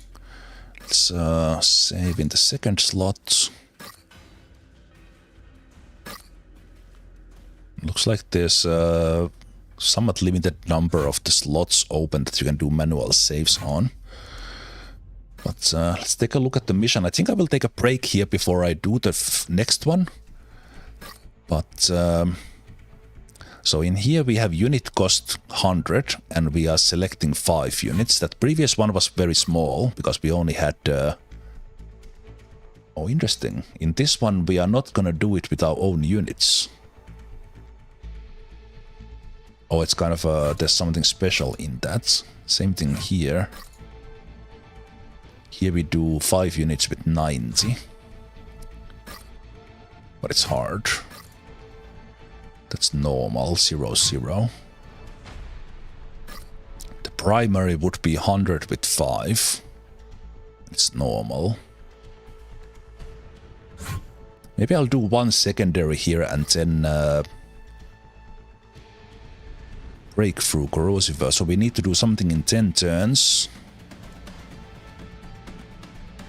Every step tests chassis stability. Forward zone saturated with corrosive runoff and fractured crust. Enemy biomass density has reached saturation. Engaging in annihilation warfare here yields negative returns. Avoid crumbling ground and force a breakthrough to the objective. Interesting. Interesting objective. Let's see how this goes. Before we do the primary one. So I'm gonna take my chainsaw guy. And we immediately see some enemies as well. Then I'm gonna take one of these guys. And I'm gonna get the upgraded horde dude as our healer. And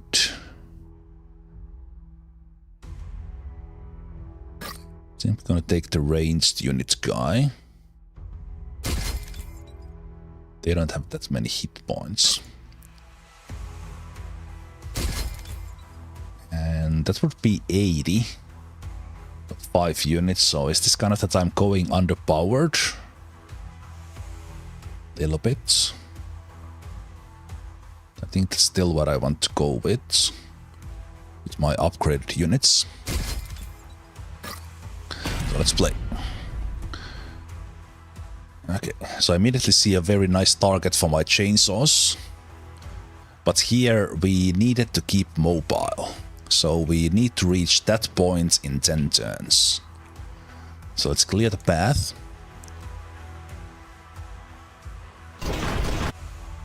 Okay, I see a big guy in there. These are similar enemies to the previous one.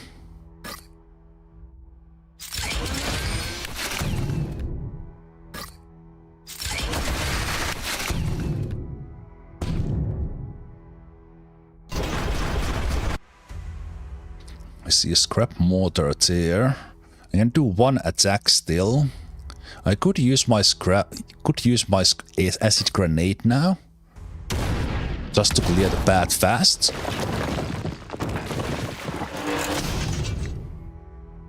And let's take this big guy. Okay, that's good. Then our other units are slower, so we need to be a little bit mindful. Let's see if we have what do we have in this direction. I assume we might have like more enemies on this side. Let's keep the punchers together, and let's kind of see where we need the welder to heals. And we should be able to finish this guy with the ranged attack. So there we go. Nope, has nothing to do with Urzuk. Possibly just reminds you because of the hexes and stuff, but this is a unique franchise, unique game. I think I didn't check if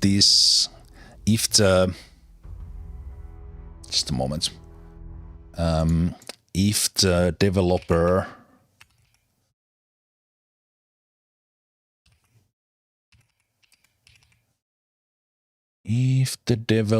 has done other games.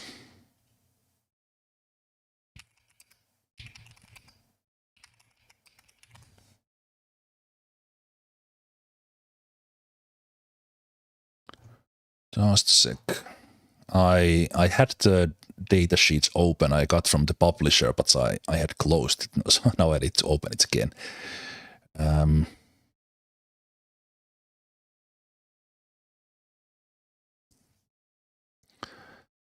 So the developer is Boson Neon Studio. Have they done anything else? Nope, this is their first game.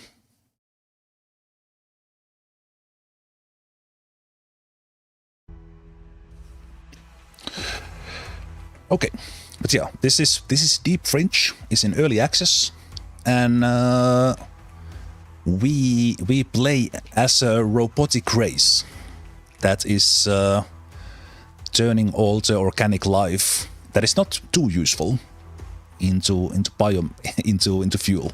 So we are very much the usual enemies in the game. In games, because we are the ones doing what we want. Let's end the turn there. Let's see if more enemies appear. I see some terrain here that's potentially deadly, and terrain manipulation is pretty big in this game. Okay, let's go forward and see if we see more units. Okay, there's a lot of units here. Some with a lot of health. Let me first punch you that way. And then I take you here. So this unit here has a kinetic punch. We see it there in the tooltip, or if I look at the unit in detail. This sort of symbol means that what sort of effect we do with attack and everything. Pretty clear symbols in everything in this game. Kind of after the little confusion in the tutorial, this game has actually been quite clear on how it works. So I do like it. Okay, because we killed them, they did not fly into those guys. Okay. I think I can dash from this tile forward. And then we could do an attack. Also, we have multiple directions for the threat, so let's keep that in mind as well. And I think it is better if we stay together.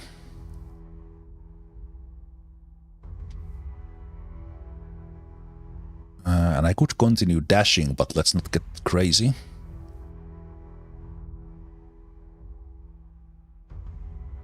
Wastewater.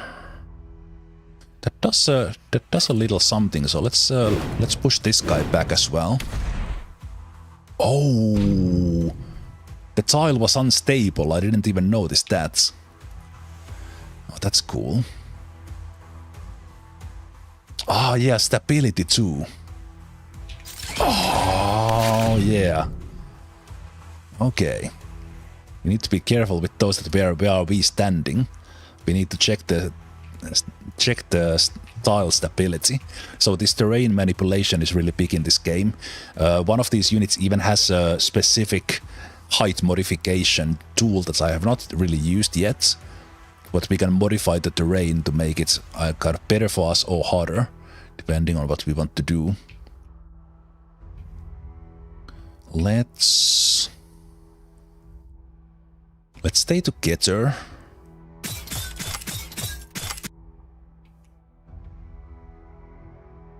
Stay together here, and this is our healer unit. Let's use it to shield the attacking the ranged guy. I think that's probably our turn. Also, the torch does make things. Change the 2 tiles enemies gain vulnerable. Let me. I will throw this here. Ooh, okay. Now we see what we are facing. That scouting is actually pretty important. Okay, this mission is pretty rough. If all of these come forward. Holy shit. Okay. Anyways, what is this? When destroyed, adjacent tiles become wastewater.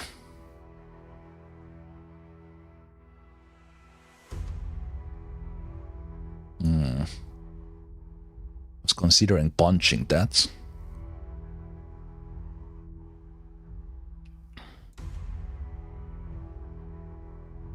That does a lot of damage.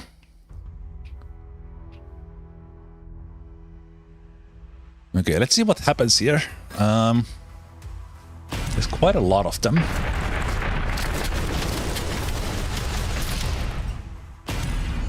Okay. A little bit too much damage on my punch guy. That's a shit ton of enemies. Holy shit.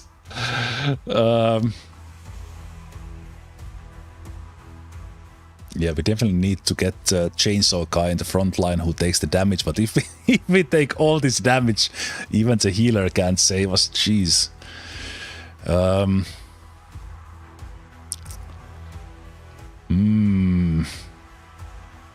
When I started playing this, I saw that one thing I knew about this game was that it's incredibly hard and punishing.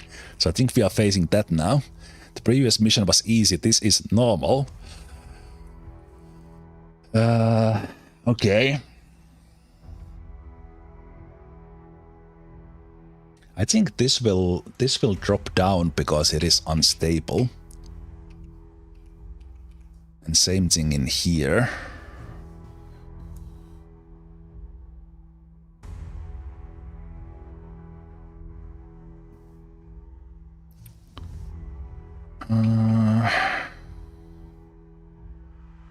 What does this say? You have to get there in 10 turns. Doesn't necessarily mean going through them, but that is a lot of them.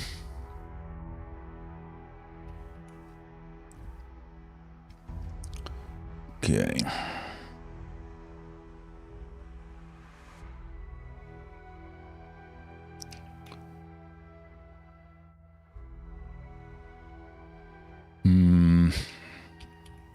Don't yet really know that well about survivability of my guys. So I guess this will be the test that's gonna be take frontal. Frontal attack. So I punched this guy into the guy who's in the pit. making some damage there. And I think I can move here, so I can do the same thing here. So I'm punching... Oh, this guy is stable. They are not moving. Okay. Let's hit the guy in the pits. Get them killed as they blast into the other guy. If you attack from a higher ground, you do get bonuses, so we don't want to go into the pit. This guy needs repair. I think this guy does not move. But we could go...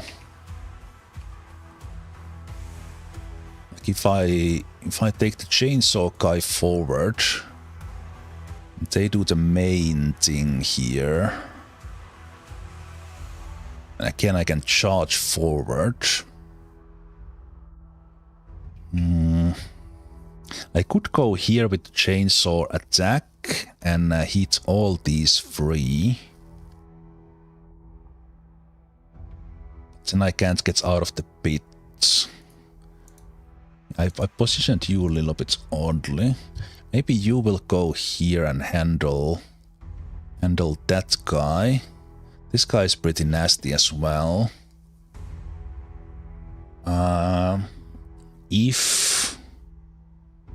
What is the attack on you? So if these guys attack my guy here, that's gonna hurt. It's gonna be bad. We don't want that. I think I'm gonna get you forward. We're gonna...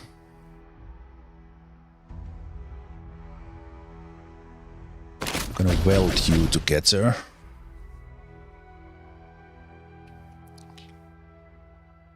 And we're gonna do...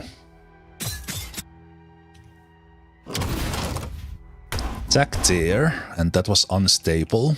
And this is unstable as well. So we're gonna drop those guys into... Oh, okay, that was not enough to actually destroy them, never mind. Let's take this guy back, because I don't really want to be... Oh, they are there. I thought they actually dropped off the map. That was my mistake. I didn't realize they were still there. Okay, I think this guy might be dead, which is actually a huge loss. Okay, let's kill you first. And that activates the chainsaw cleave for the next attack. And we would like to use it here, I think.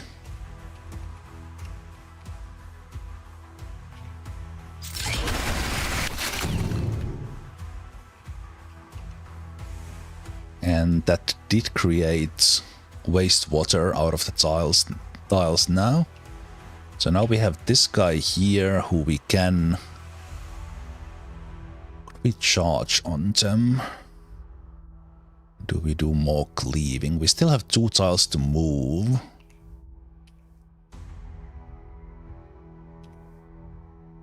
Let's do the normal chainsaw attack. The torch that we use for scouting does make them vulnerable. And I can use this to actually do a reload. And I could use the acid grenade right away. Let's do that.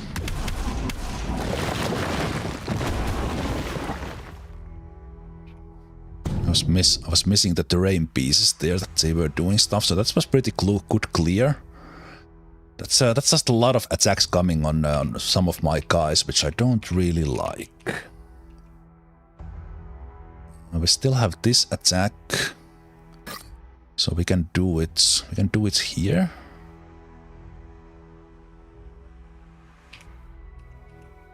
No, wait, that's my guy. We don't want that. The hit points of this guy is showing through the map, but it's not really clear where they are, as there's no indication that they are somewhere behind there. So I was for a moment looking that my own guy is an enemy unit because of how that was displayed. So we could attack this guy. Let's do this. Because we do gain a shield and kill this one unit away. And you can punch this guy. Actually, wait, do we have an option to somehow go for this guy? Not really.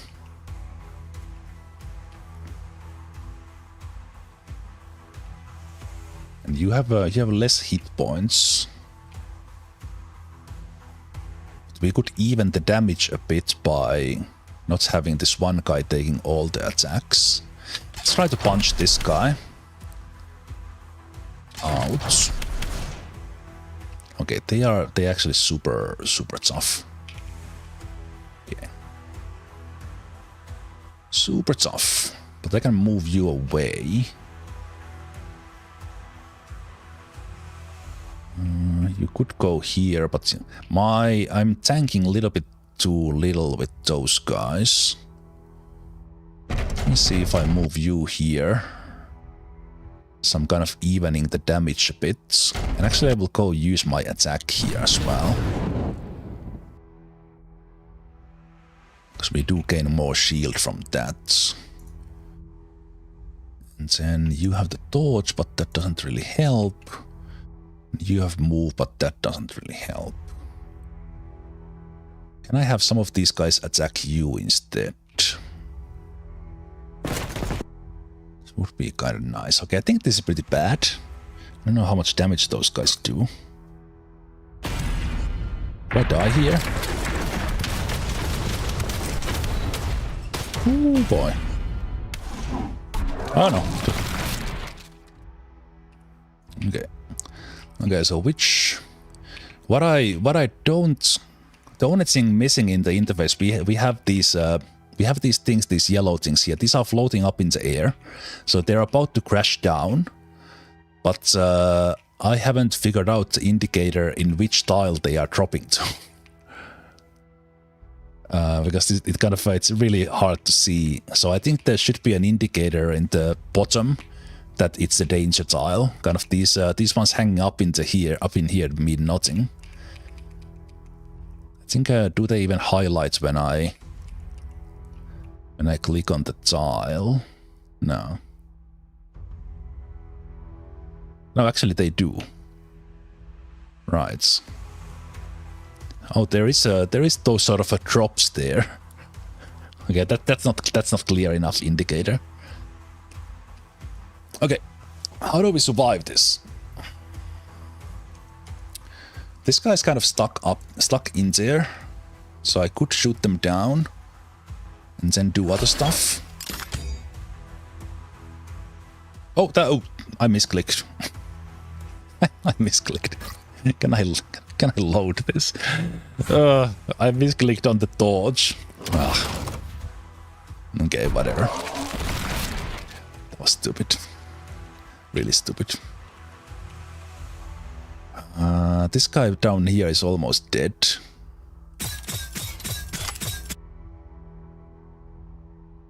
Okay.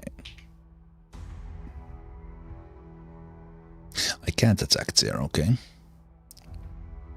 Can I shoot you? I can't because the thing dropped on there. Okay, now you can go back. You're not being attacked. Okay, that's good.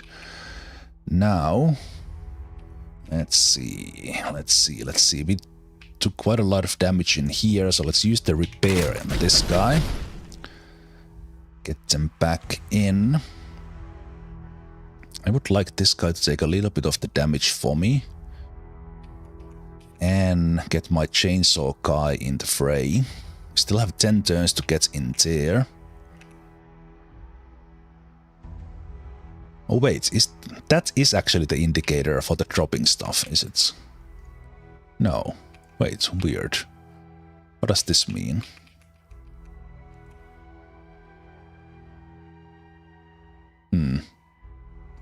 There's this symbol here, but I don't really know what that means. Anywho. So these things we can't push around. They do have the dash, which does quite a lot of damage. But I can punch this guy. This guy down there. I think you should come here and finish this guy out by dropping them in there.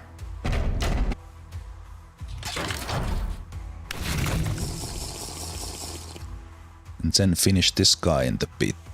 Also, if I could punch someone into this guy, that would be ideal, but I don't really have that. But you have... no, we have one attack left. Okay.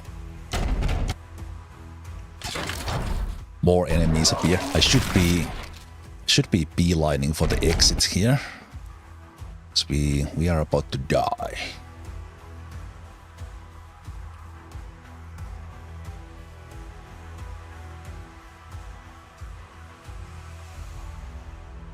We are about to die.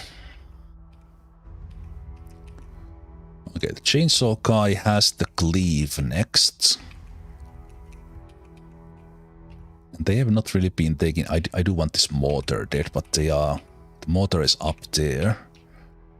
A lot of mortars in here. Oof. Okay. I could dash in here and start clearing from the back. Now let's... Charge. Literal charge.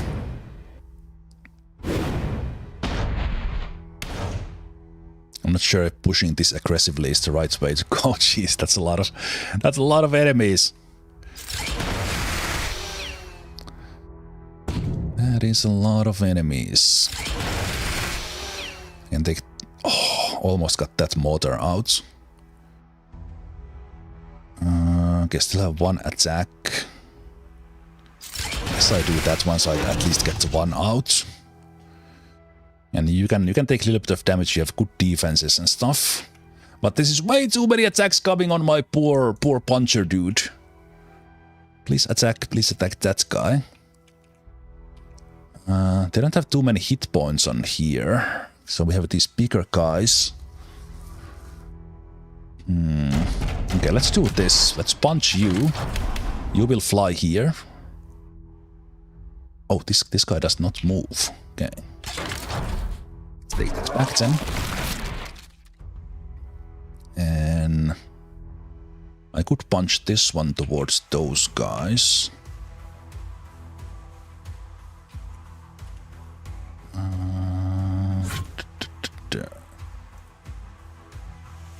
Do need these things dead as well. Sadly, they don't move around. Okay, you only have 19 health and two guys are attacking you. But it's not super bad with those attacks, so that's fine. These things attacking here is okay. We kind of are alone there now.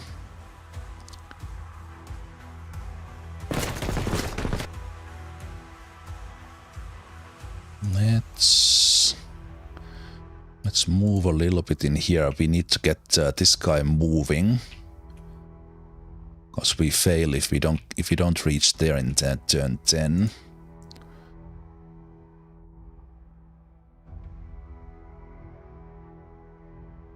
Okay. Yeah, just here with 2 hours into this game, couple of missions. I think this is actually pretty interesting. I like the units, I like the upgrade mechanics. I like the huge number of enemies, kind of that there's power in numbers. And yeah, this is, let's see if we survive this.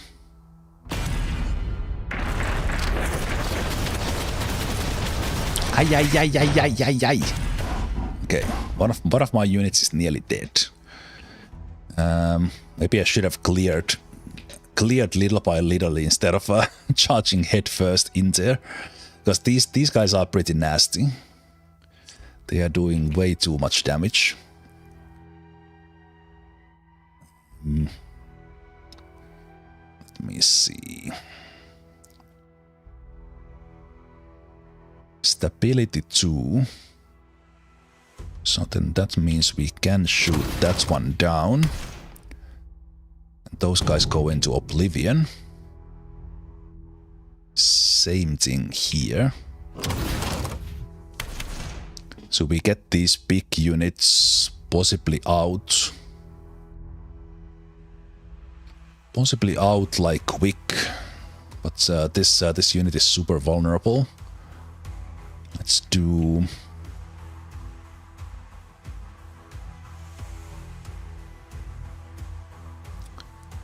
Let me see. I could punch these guys into toes and I could punch these guys together. Even if we have taken damage, we are still doing the same amount of damage. Forest, stability, cave. Okay, let's go here. Let's punch these guys together so that they can take damage from each other. Let's take you here and heal these guys up. There we go. Another punch.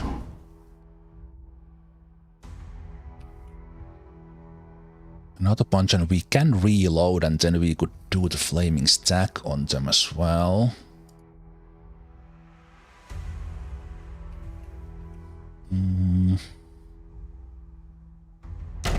think I will just take units out, these that don't have many hit points. The mortars back there are doing a lot of damage, which is not great.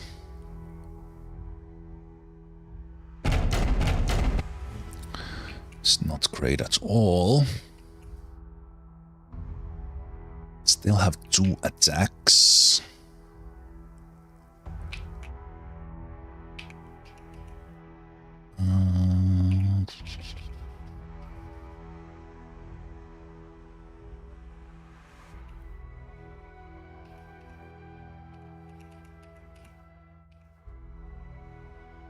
Okay, I think I will come here and just punch. Punch the guy in the pits. Oh, almost got him. Almost got him. This guy's attack. If only one guy attacks here, I think we are fine. Okay, what can we do with the chainsaw guy? We have the cleave next. We could come and take care of these guys, clear the path for the others, or just take care of the stuff in here.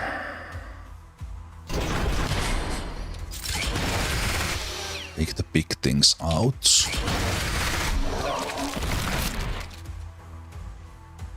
Yeah, these mortars have they have defense 15. That's why they are super tough to kill. Okay.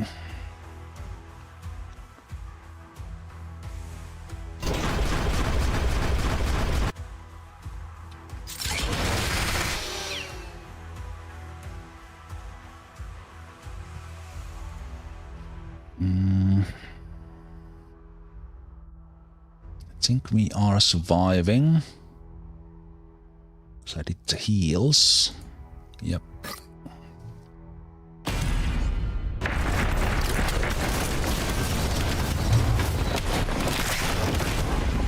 Oh boy, that's a lot of damage. Also, these guys are moving in, so we do need to move out. Not stay back so much. I gotta say, I like the scale of this. So it is more of a, it's kind of a going from turn-based tactics into more to turn-based strategy, just on the sheer scale of things. And I really like that instead of, imagine if this game had like the normal approach that we would have all the enemy units move one at a time. Instead of that, like the enemy turns goes in like snap, and then we are back into thinking our own turn. I really like that. Especially in this, because how it's built, it's the individual attack from the enemy is not that significant, because we see who they are gonna attack with their attacks, and then it just happens. I really like how this is built. It kind of keeps you going forward, thinking about your moves, and then enemy does their thing all at once. It's really nice. Okay. Speaking of moving forward.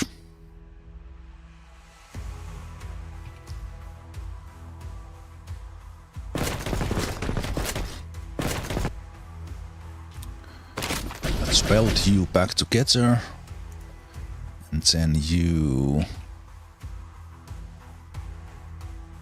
I think because they are in the pit, they are not gonna fly.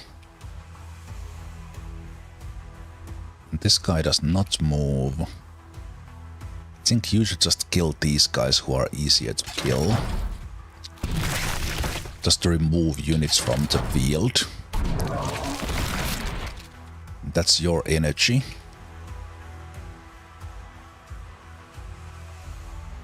And then let's see if we can get this guy into being attacked as little as possible. We only have 4 turns to reach there, but I'm not sure if do we need to get there with all units, or is it enough that one gets there? That's I do not know. Okay.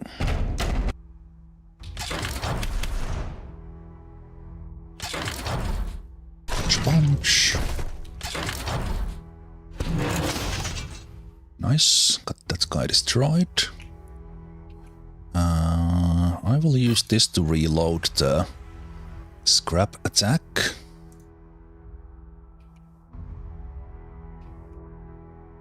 Okay, this is good. This guy is not getting attacked, so we are kind of taking damage with the units that can take it.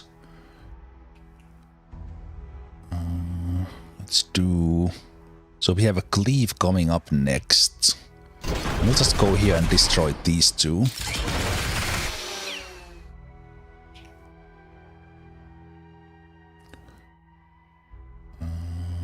Normal attack. Yeah, let's hit here. Oh, we can't cleave over the empty tile. Okay. That's interesting. So then I'm gonna charge you down. And same thing with you. That's good. Oh, you still have an attack to do. Cracked forest, stability 2. Can we actually take that down?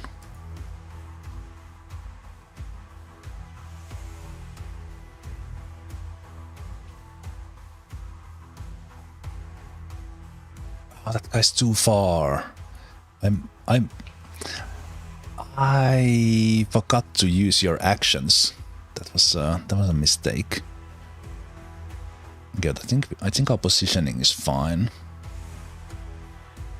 You have that one, but doesn't do anything this turn. You are there. Okay, that's good.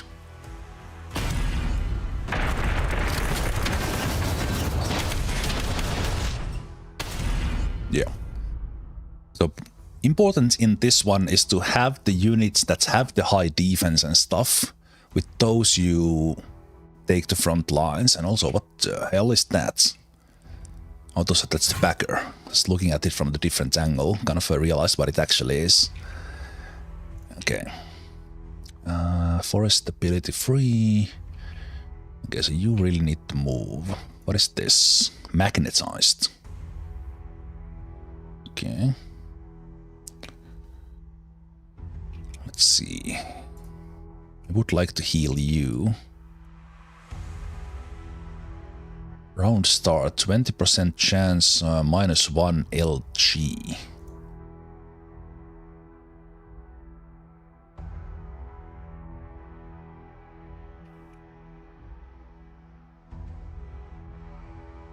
Okay, what is LG now? Land something. You know, let's see if we can kill these guys off. Let's take you here. Try to kill the mortar. The target point is there, the green one. I really hope it's only one unit that needs to get there, and not everyone. But yeah, that's where we need to go. Let's punch this guy against the wall. So this unit, if you look at different abilities, they show kind of where we are attacking the range, and then sometimes you have these kinetic things that we are pushing something back.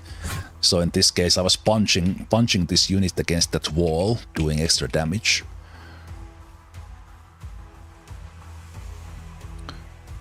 Let's see if we can move you up here and avoid getting attacked with you, or even get you healed.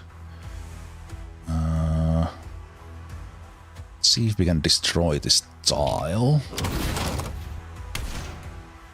So that's what you do. And I will bring you over. Let's heal this unit so they don't get wrecked. And in this case, the healing is welding because we are machines.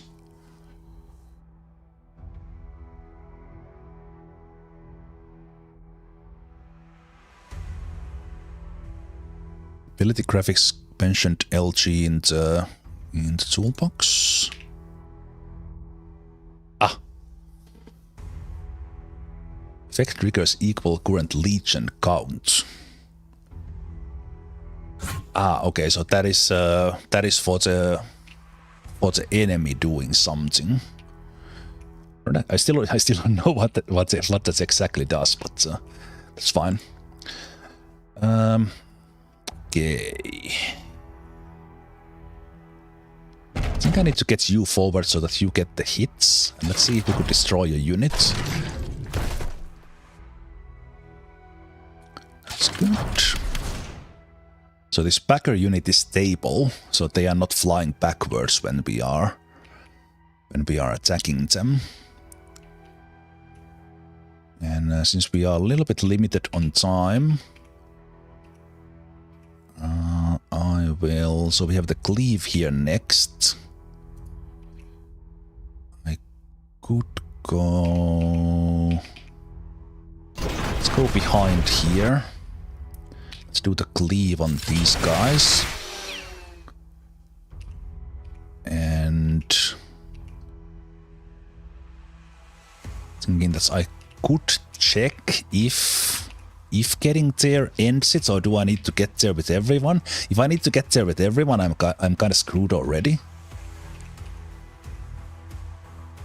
But, let's try to attack these bigger guys here. And those who have not been following, we have action points for moving, and then all the actions are using energy, and all those reset per turn. And then depending a bit what you did, which tile you are standing on, things like that, you might not get all of them back, or you might get some extra. But that's the basic mechanics of it.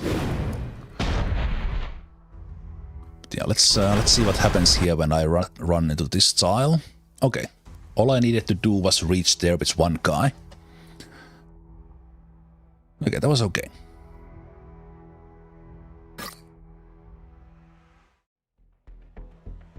That was hard, but I think having that one tough unit that can just dash through.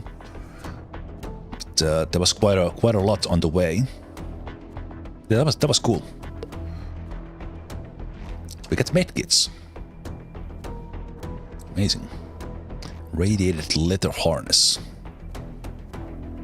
Defense at the cost of hit points. Okay.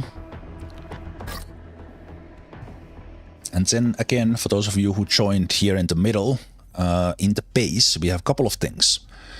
First of all these items that we are collecting, we can scrap them and sell them, but then individual units, we can upgrade them. And in this case, this chainsaw guy that we were dashing forward with, I have upgraded them with 4 specific upgrades. So they are those green highlighted ones.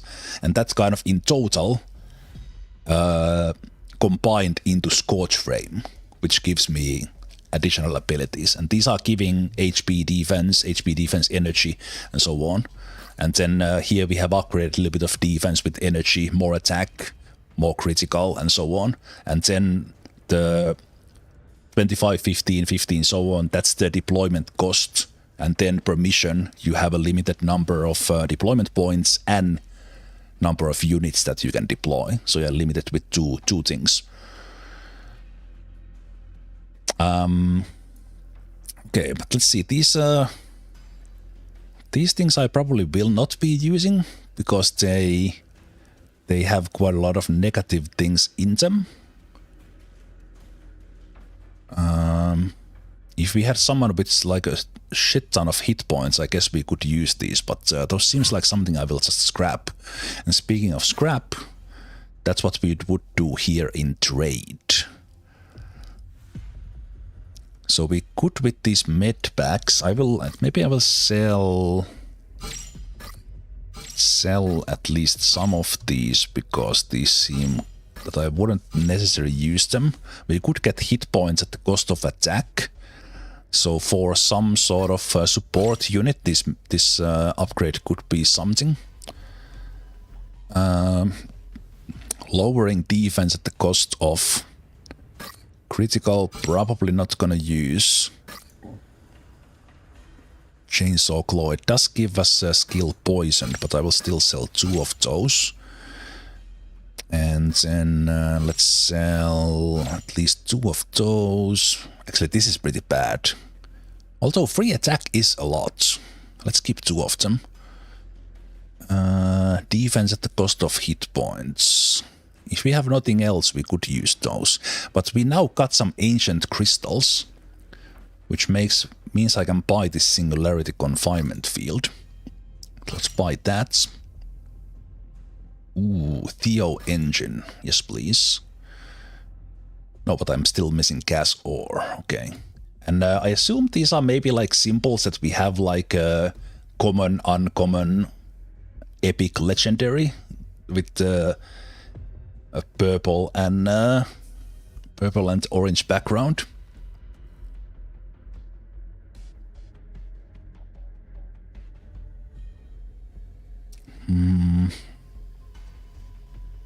Attack 4, critical 5. That's actually a pretty good looking thing. Let's take that one.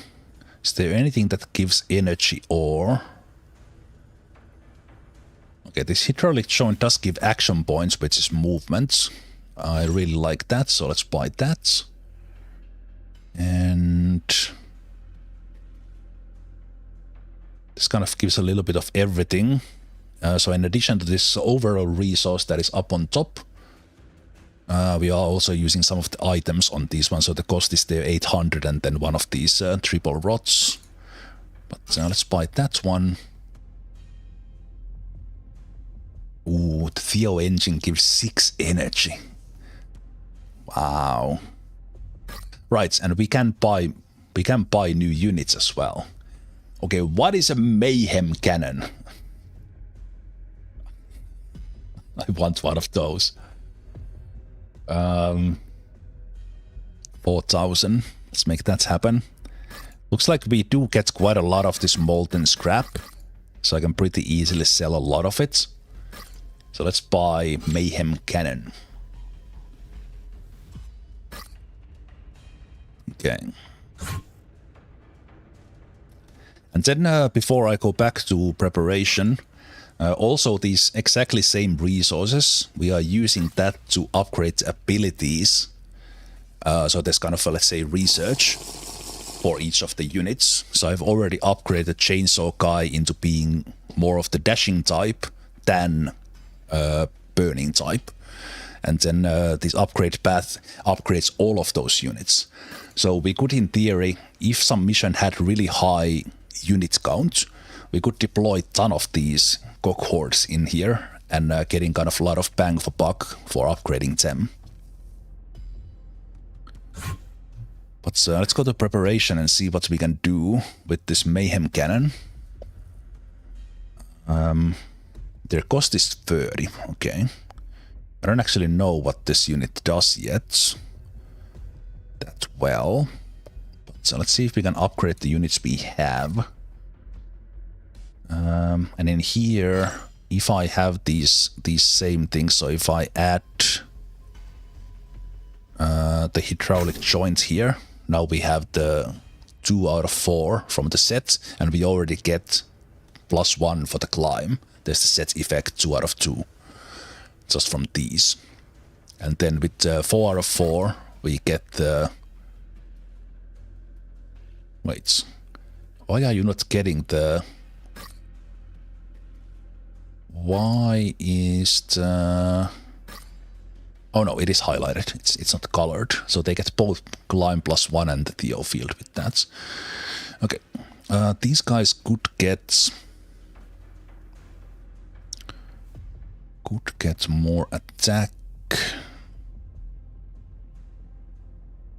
Quantum Resonator probably combos with something else. So with the medkit and chainsaw we could get the poison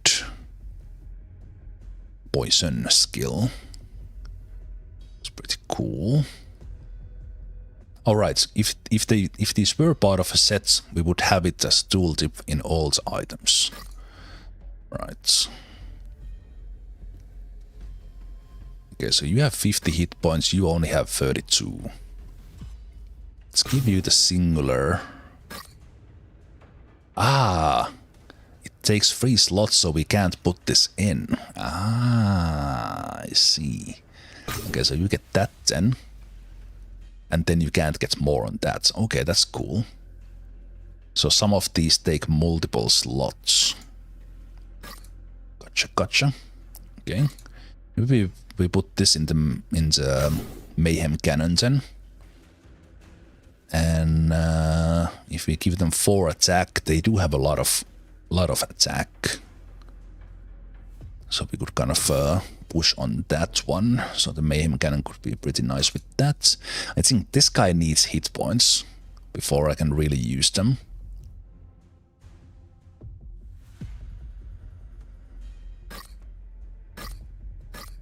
But I gotta say, again, I already said this before, after 1 hour, after 2 hours, here after 2.5 hours, I am liking this quite a bit. There's some really interesting stuff in this, and so this I can already tell that this will be a game that I will pay attention to, how it develops.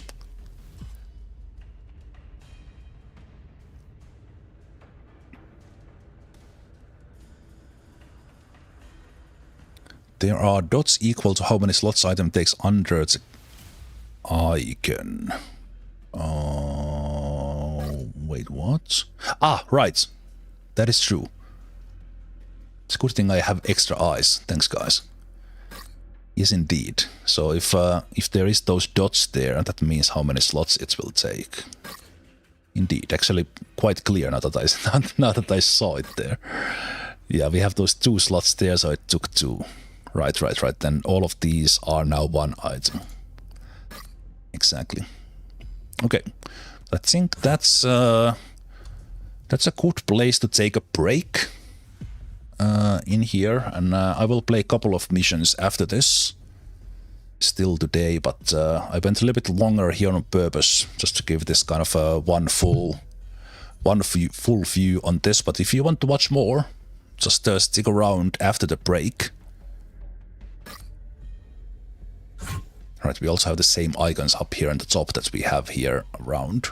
This almost looks like that there might be like more things appearing here in the end.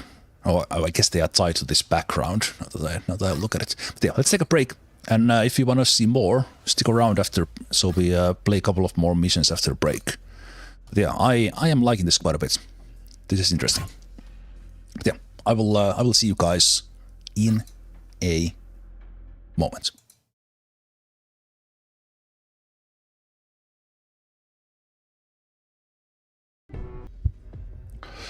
All right. Welcome back. Welcome back to Deep Fringe. That I am now blindly playing for the first time, trying this game out. So what is Deep Fringe? Deep Fringe. Deep Fringe is a game where we are some sort of machine collective, and our objective is to find all the biomass in the universe, aka organic life, and turn them into our fuel. Yes, we are the bad guys. We're gonna go into mission in just a moment, but just in case someone just jumped in, we have a bunch of different kind of units. This Iron Figure, Fierce Minion, so on and so on. We are gonna play soon in a hex-based turn-based strategy map where we are using action points and energy to do our actions. And we can upgrade these units with various items. In this case, this Iron Figure has a set of 4 that combines into giving us a skill called Theo Field and +1 climb. And they have hit points. They have the... Oh, that's the Legion count. We can actually have multiple units in the same tile. Anyway, we have defenses, we have attacks, and from this pool of resources that we have deployment points, 30, 10, so on. And then in the missions, when we go to them, we have a limited amount of deploy points and sometimes limited in the number of units we can take in. We also have this sort of, let's say, research part where we are using the same currency to everything we do, leveling up our units. So for example, I could now use 2500 of these, whatever unit that is, into upgrading my Iron Figure a little bit further. I will actually upgrade my Mayhem Cannon here because I want to test them out. And we'll see what we do with them next turn. And let's go into the missions. And I think I will play the main quest now. Difficulty of that is normal, so we have 100 in the unit cost and we can do 5 units in total. We get the description of the mission here, and we also have secondary objectives.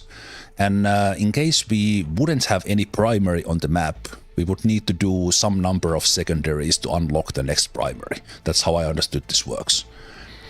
And in some missions, I think this means that we would be playing with like set number of units or specific units for that mission. And some missions are marked hard. And just based on what I have seen from easy and normal, the hard is probably really, really hard. So I'm staying away from them for now. But let's do the next main quest mission, the Iron Wedge, where cleanup of Gamma 9 is complete. Emergency deployment directive received from Master Zelton. Warlord Millard's main force is encircled in Sector Epsilon 42. Comms are physically severed. We are only variable for reinforcements. Directive: rendezvous with Purifier Tungsteel. Disregard casualty probability. Bore through the Malform blockade and establish a physical link with Millard.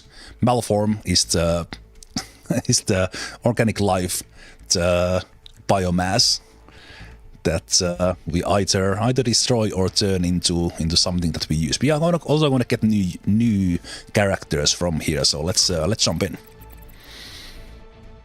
From everything I have seen in this game, it's I think the studio is kind of small that has done this, but I'm liking this quite a bit. Just based on how it's playing, it's very nice. Okay, but let's see.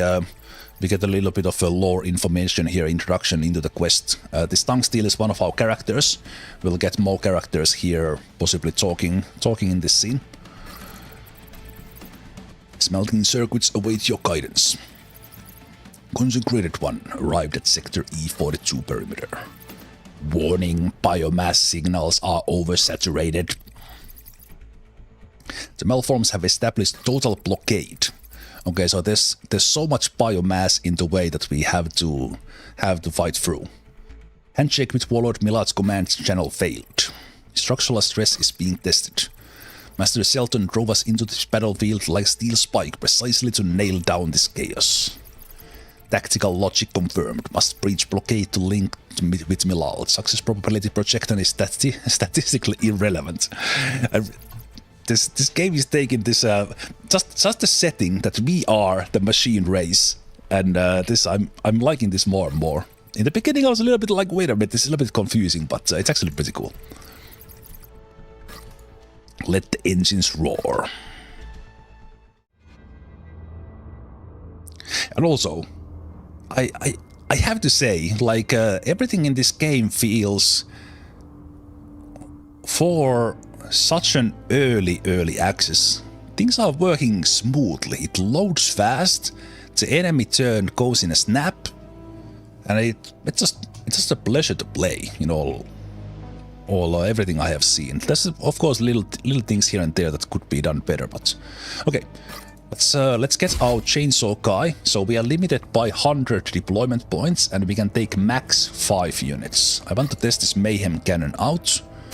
So let's take them in. And I think I want my upgraded cohort, because this thing can weld, effectively heal. So we can take them in. And then I think I want at least one of my punchy punchers. So that leaves 20.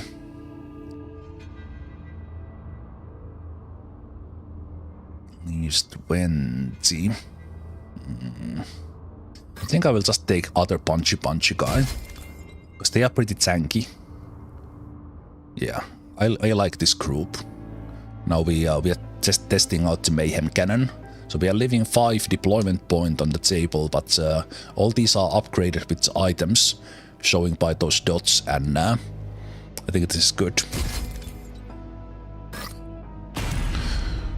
Okay, so in this one we have to move to the target point, but we are not limited in how fast we need to get there. The previous mission I did, there was a 10-turn limit, and our point is to get here. But just on how this game has played so far, the map will keep on expanding, revealing more enemies, and it's probably better for me to destroy everything on the way before we get there, so that we don't have to fight multiple directions. The game has elevation, and we can destroy, or even I think we can even raise terrain with certain abilities that we have. And then all the tiles, if you look at the bottom left, all the tiles have a stability. I think it requires a specific type of attack, but if we attack that tile with like stability attack, that tile can collapse, either one tile or completely, making it like a deep hole. So paying attention to the terrain is very important. And then we have these things up in the air, and this is the one thing that I think should be a little bit more clear. But if you looked at in this tile, like there's things dropping in. So when we attack something in this tile, or I think like this tile, these structures from the cave that we are in would drop down. So we are basically underground somewhere. Okay, but let's start doing our thing. So the mayhem cannon is a new unit for me. It doesn't use energy like most of the other things. Instead, it has one type, limited use of its ammunition, and we need to use the action points to reload. But we can attack to 4 and 5 tiles away. Okay. And this is a great AoE skill. Okay, I'm liking this. Okay, now I know why it's called Mayhem Cannon. And right, we have an ability. If we destroy 3 units, we reload immediately. Oh, I love this unit already. Amazing. Amazing. Let's move 1 tile, and then we still have one for reload. So let's see. Let's attack there as well. And there we actually destroyed some of these terrains, and they fell down, making this terrain much harder to climb. It's also something to pay attention to. I didn't do that on purpose, but anyway. Again, we reloaded automatically because we killed things. Yeah, okay. I think I found my new favorite unit. And I know why it's called Mayhem Cannon. If you see the hit points there to 30, this is something that I think the game could be a little bit more clear on, because it is kind of there behind the terrain. But it's kind of when you are looking through, you might think that's, wait a minute, why is there 30 there? Because the unit is like somewhere way back there. So I think it should be like maybe in a different color or something, so that we know that it's behind there. Because sometimes it kind of overlaps with the unit that is on the map, and then it's super confusing. Okay. Okay, this mayhem cannon is actually just completely insane. how much it can do in one turn. But also, I have seen that the number of enemies can be massive in this mission, so we need units like this. That's for sure. Okay, but now I do need to reload, so let's do that so that we are reloaded for the next turn. And that went so well that I'm not sure should I even charge forward, because they are limited in their action points, and we are limited in. So they have action points 4. They don't attack from range. I think this is a new unit for me. So this thing can attack from 4 tiles away. Doesn't have many hit points, so it's kind of fine. I don't have my scout now, so it's we can't see quite as clearly.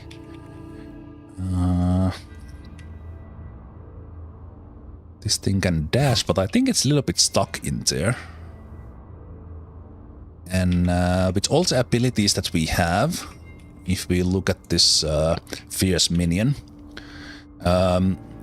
we can attack. We can attack, for example, with our punch, we can attack 2 tiles up and down. With this flaming stack, we could attack infinitely below. So with that attack, I could attack here, even that there are so many tiles below. But I think I'll just stay away from them. Let them climb up from there.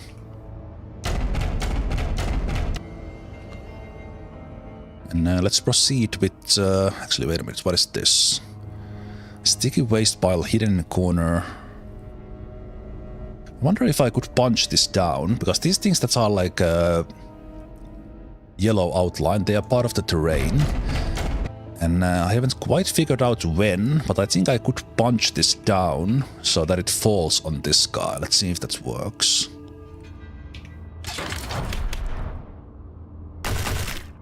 Yeah, nice. So in that case I can actually destroy this guy. It's my flaming stack. Excellent. And I can even use a turn to reload the flaming stack for the next turn. And let's keep the welding unit, aka the healer, in the back, so that they don't get attacked. Because they can't heal themselves. They can heal or weld parts together onto others, but they can't do anything else. I have not used the height modification yet. But that is something that we might strategically use. Okay, but now when we end a turn, all the enemies move at once. If they were in range to attack us, we would be seeing lines that who's gonna attack who. So we've got to strategically position our units to take the damage from the enemy units. But this is something I really like about this game, that instead of watching every enemy unit move one by one, we see all of them moving at once, and then it's our turn again. So we can focus on what we are doing. And because we should have a pretty clear understanding what they're about to do already in a turn. So this is, as I mentioned, a little bit like more leaning on the strategy than like turn-based tactics, because we are not like not that interested in the individual enemies doing things, but what are they doing as a whole. Okay, let's move you forward first and go for one punch here.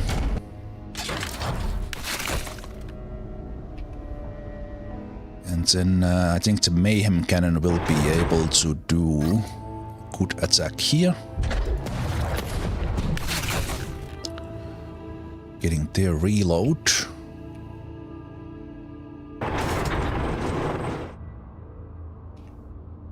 They have a massive range as well. I love it.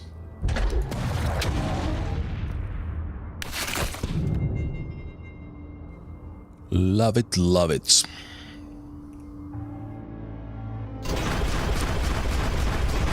The chainsaw guide's iron figure is my tankiest guy, so I will keep them in the front.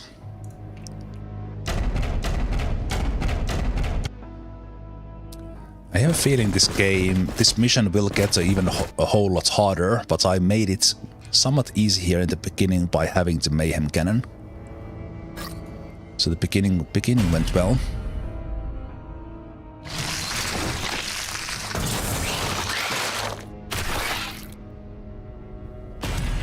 Okay. They did attack me, and they have this ability called Receptor, and they basically gain power from being together, but they also get penalty for not being together. So they took damage, just that they didn't have anyone else next to them. And this thing will keep on creating these units, but we are okay with that. Let me see if I could go forward and punch them into another.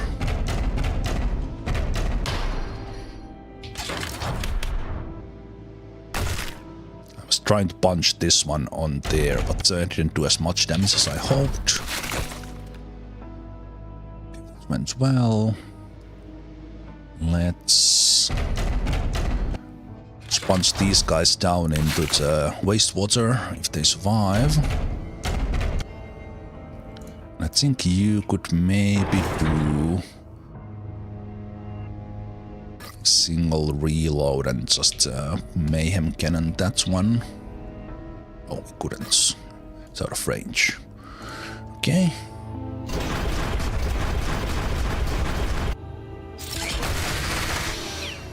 Chainsaw!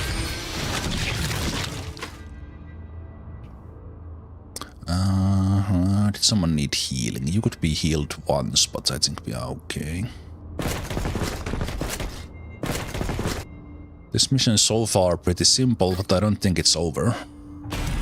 It's not over until it's over. So, let's see what happens. Okay. So here we have... Ooh. Friendlies. Detecting anomalous biological signals. Signature distinct from malforms. Target is under engagement. Database matched the maze.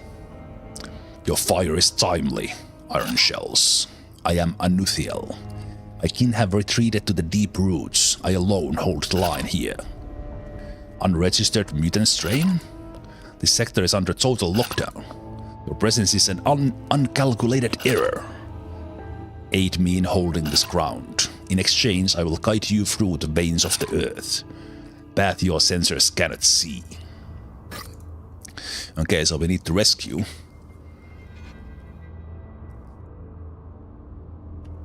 Misheard Matron. That's a pretty cool graphic there. I like the overall graphic style and everything. The interface is a little bit of kind of not so polished, but I think it's very functional and I like it. Yeah, a lot of things in this game that I like. Let's move on. Let's go and see what are these guys. Cyborgon. So they have a no attack, one tile. Okay. Pretty simple. Oh, not so simple. I think I want to go there and punch this guy forward, but let's see what we can reach with others first. What is this tile? Mines.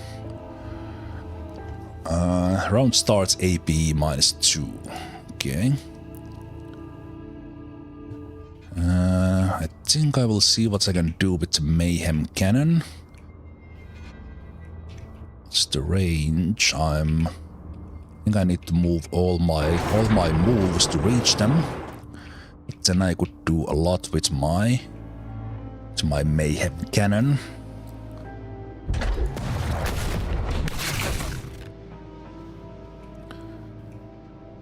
Get them out. So if we kill 3, I get a reload immediately. So that was a really good upgrade that I picked. I think I will kill these guys as well. So then we are not gonna get reload, and then I could destroy this one as well. Mayhem Cannon living up to its name.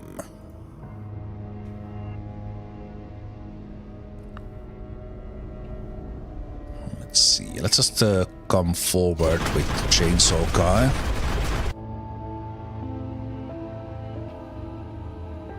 And go for the heals. I could actually maybe just a little bit take the effects down.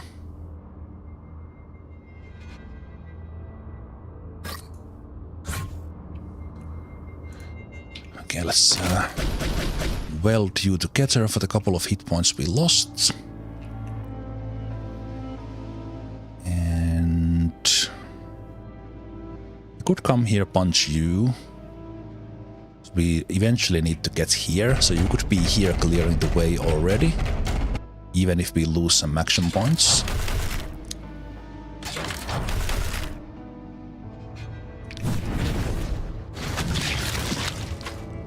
Good kill.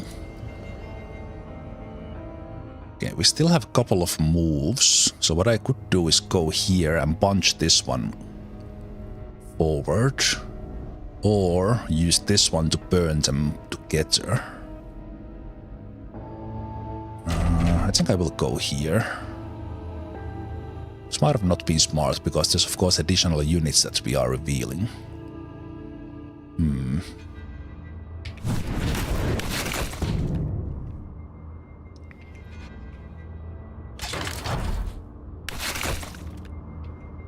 On the other hand, that's what we do with this unit. We need to do damage. What is this? Deals 12 damage to one adjacent random enemy, a man-eater. Okay, can I punch you away? Because I didn't really want you to do that for me. I will go here just in case I'm out of range of the enemies, so that we don't take all the damage. And you can... Oh, wait a minute, we can charge. Ah, that's too far. And you stay back here. Okay. I think we had a pretty good turn helping the neutrals. What?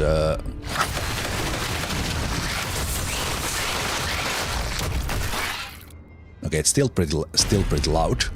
Okay, what units does this neutral guys have? What the heck is that? Oh, that's Anuthiel. That was the one who was talking. Nice. Mireclaw. That's pretty cool. Yeah, let me take that sound effects a little bit more down.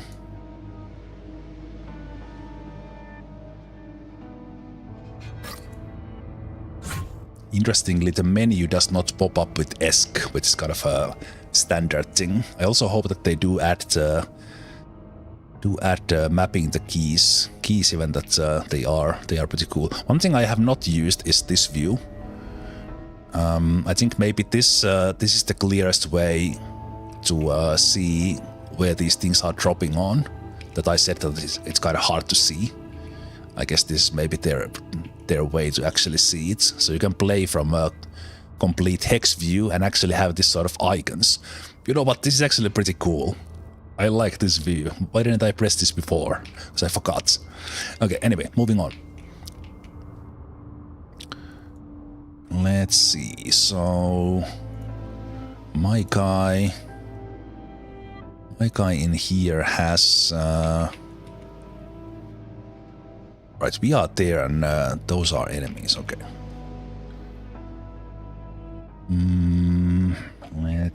let's see. I think in here we could do a dash attack. I mean the chainsaw attack. Let's attack you once. So how this iron figure works is that they have a single attack with their chainsaw that kind of heats it up, and then they get a cleave attack with the next one that attacks in 3 tiles. And then it kind of repeats from there. Okay. I think I could move you. There's a little bit of instability in the river. I don't really want to be there. That's kind of a dangerous tile. But if I destroyed this one, then I could move on to help the neutrals. So I think that's what I will do. Okay, going across the river costs more points, or I can't even go there. It costs 2 points. So I don't want to go through that yet. Acid grenade, not really useful.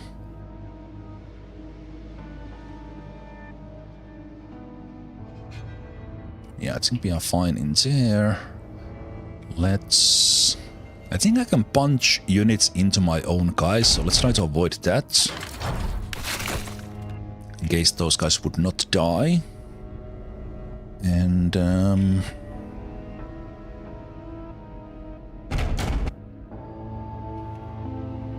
you can't do much else from there. Let's go here and try to punch this guy on those guys. Oh, they are not moving.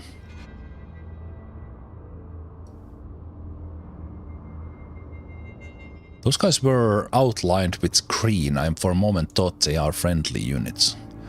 It's kind of interesting. Okay, so this unit does not move. I think it's because of their size. We can't punch them backwards as easily.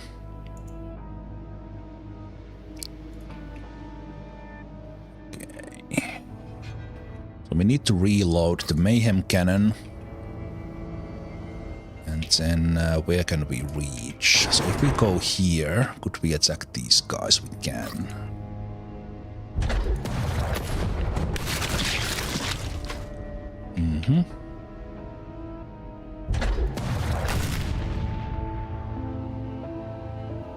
And can you join? Who needs healing? No one needs healing at the moment.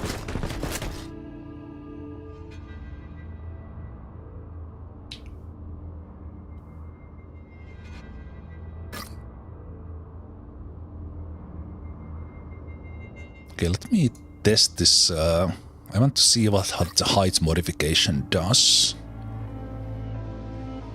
So let's move this, move 1 tile. So we can kind of help forging the path with the horde units, which is an interesting ability. Kind of a lot of tactical options with that. Actually, you know what? I can acid grenade you. I can also put you in the front lines here. Making sure you get attacked. I see multiple guys there in the back that are somewhat weak. So let's use the acid grenade. Acid grenade now, and I think that's my... Oh no, no, I can't move there. Okay.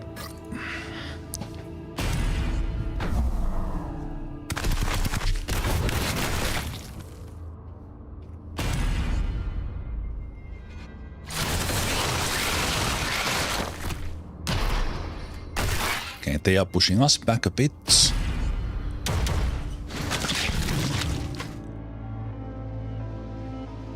Those guys burned to death. I think I will move there with 1 unit and kind of get that dialogue going.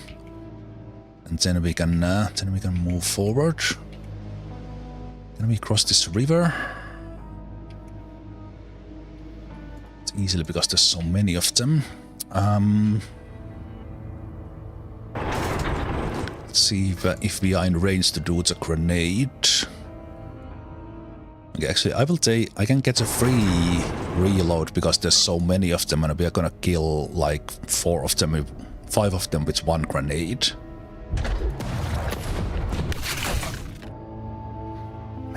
Yeah, AoE for the win. Okay. We'll cross the river. It's you now.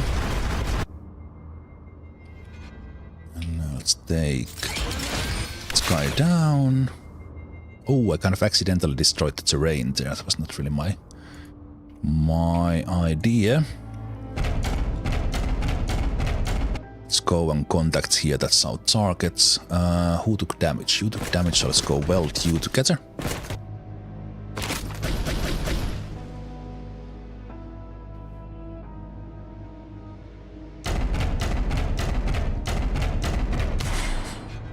So we could just ignore this and go to the objective, but of course we want to contact this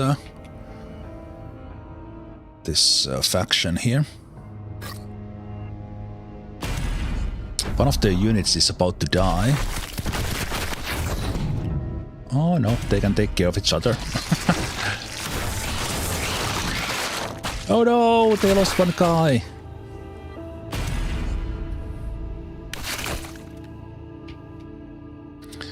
Okay, let's go see about this one. So where do I need to?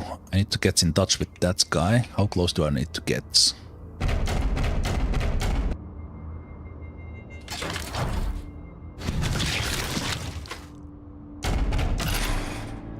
Okay.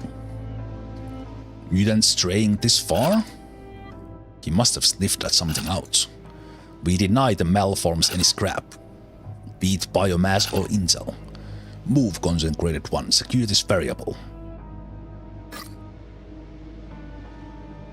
Wait, what?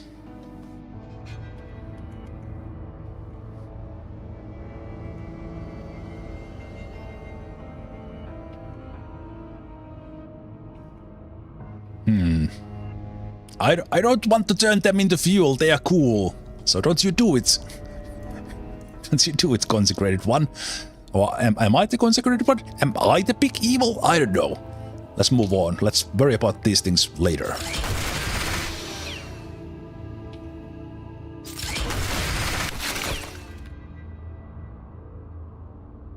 Okay, just one hit point left on this guy, so let's take care of them. We are out of energy, but we could go there secure and spot what's ahead.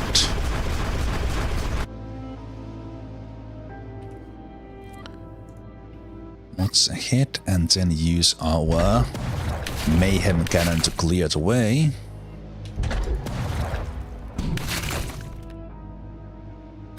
Let's do the reload.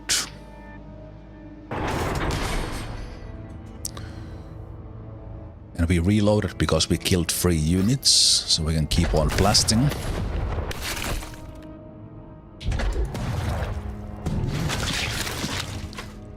That was the best upgrade I could think of for this unit. Without even without playing a single battle with them, it felt that wait a minute, that's pretty powerful.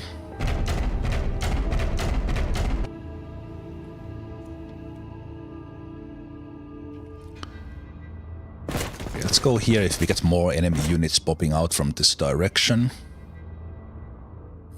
You don't need healing, you don't need healing, you need a little bit of healing, but it's kind of fine.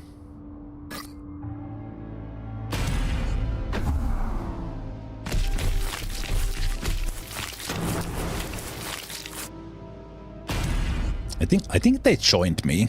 That's what the dialogue was probably meaning. Oh, interesting. The roots hold. My thanks for your firepower, Iron Shells. Do your roots usually stretch this far? Iron Brain. We have an old saying.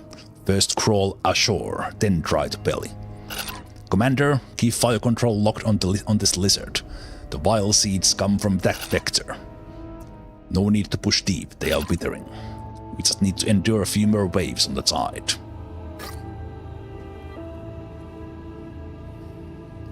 Iron Brain. I like it. I like it. Okay. Let's see. So we have the cleave coming, so we could cleave these guys off the way here. And then charge this one guy.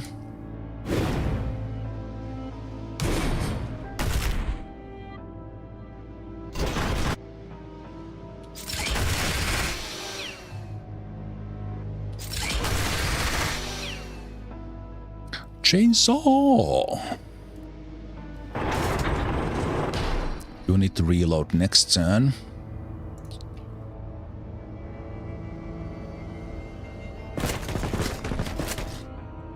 So we need to head that way now.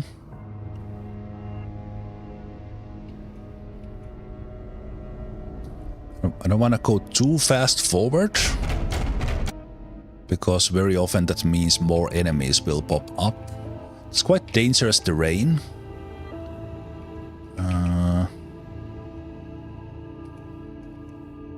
Stay here behind these neutral units.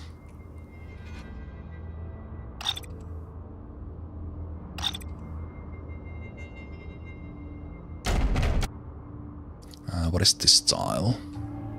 It's nothing, okay. Fine. I think this guy will burn to death.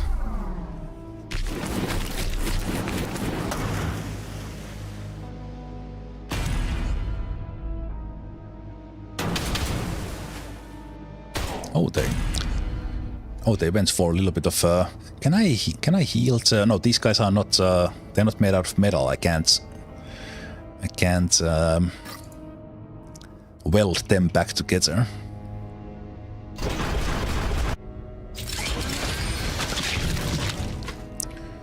Get this guy off. Then let's weld out Chainsaw Man.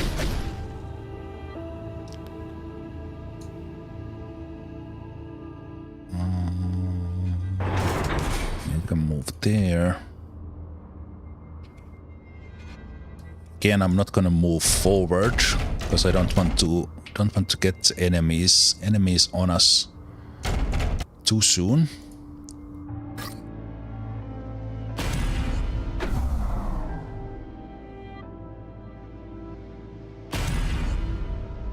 Okay, I think this unit here is making the smoke trail. And in this smoke we get additional action points. Okay. Okay, that's pretty cool. Let's go see if there's something in here, or will we just get something when we get to this point? If that's the case, then I do want to kind of get all my units in there before we start any engagement.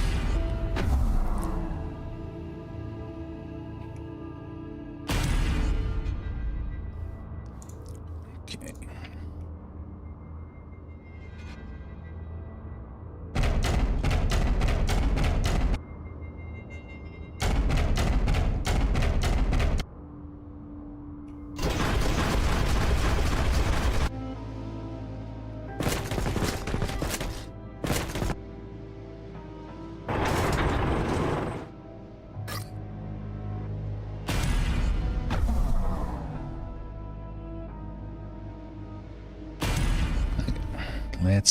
Let's see what happens. Oh, that was the end of this one. Okay. Okay, this was actually pretty easy. I think the Mayhem Cannon made this quite simple, but from what I've seen now, this was basically the second main mission. They are these kind that kind of the map expands and you need to move forward, and then things happen. High velocity signature detected. Incoming artillery. Friendly source Ember. Iron Flux Company. World Millard's priority channel forced connection. Hey there, Millard. You overstepped, Commander. That was my designated slaughter field. I needed the malforms to cluster there. Our operation cycles were synchronized. You should have calculated our position. The bombardment results remains identical. It was external factor that halted us. Your plan lacked any redundancy. My plan is based on known constants serving the warzone objective. Your rash advance is merely an accidental variable. Do not let such accidents clog the next calculation. The Iron Brains are having their arguments. Okay, what did we find? We found a tasty sack.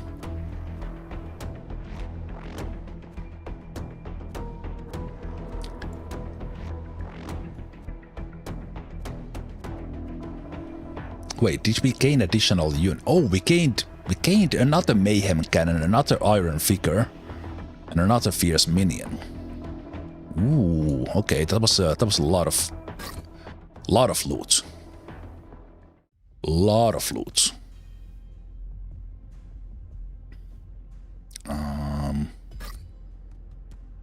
Oh yeah, okay.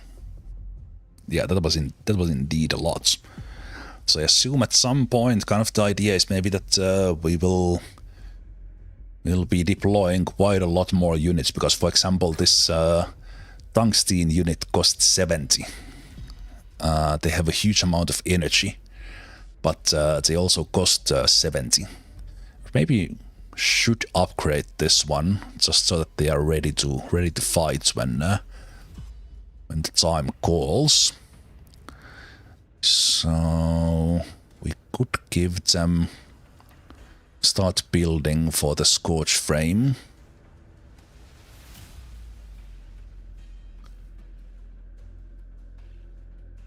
Yeah, multiple fierce minions now. Yeah, I really liked how the mayhem cannon was working already there. It's quite cheap for how good it is. Like, really good.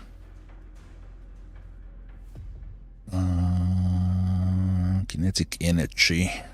Okay, so energy doesn't do anything on the mayhem cannon, but for the others it would. So I actually was adding energy here.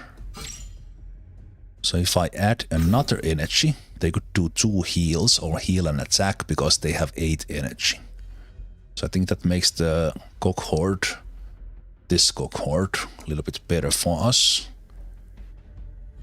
And let's see. Crude oil explosive. Critical plus 20. Ooh. We don't have crude oil explosive yet, no. Okay. I think I could. This basically is that it's a backup unit if I lose. So far I have not lost units. I've been playing well enough. But I think eventually I will. So I think I will basically build a similar iron figure, but just use 1 per mission. And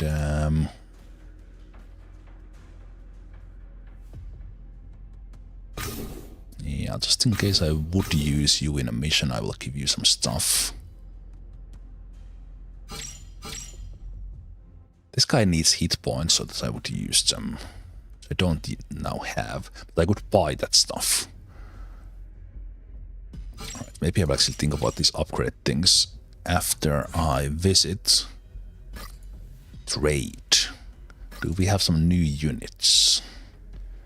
No, but we could buy them. What do we have here? We have a singularity, which we do have resources for, and that's really good. But it takes 3 slots. Ooh, microfusion straight up giving 4 energy. That is not bad. That is not bad.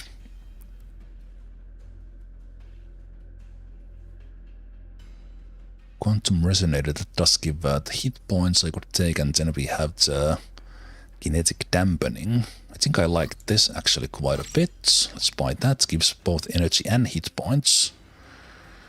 We have another hydraulic joint. Let's buy that. The raw and rusty aesthetic kind of tires. You mean like the graphic style or the... Wait, what is this? Interface.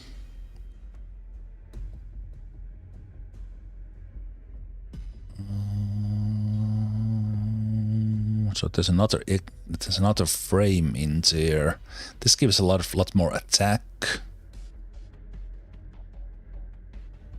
Yeah, I don't know. I like the graphic style. It's consistent with the unit images and everything. I think just based on how stylized like the unit images are and everything, I somehow have a feeling that kind of they might be like adjusting a little bit of the icons and stuff, because it is so steampunk kind of style with all the units, and then the interface is kind of it's just 100% functional, which I actually prefer into being too much stylized. But it's a little bit of a mismatch between like the graphics and everything, and then kind of the super clean icons and everything. But the graphics I actually do like quite a bit, like the unit images and everything. Okay, but we need to buy this one. This is unique, and another one of these singularities. And then let's see, what could we sell? These things that we have like multiples of. Sell like 11 of you.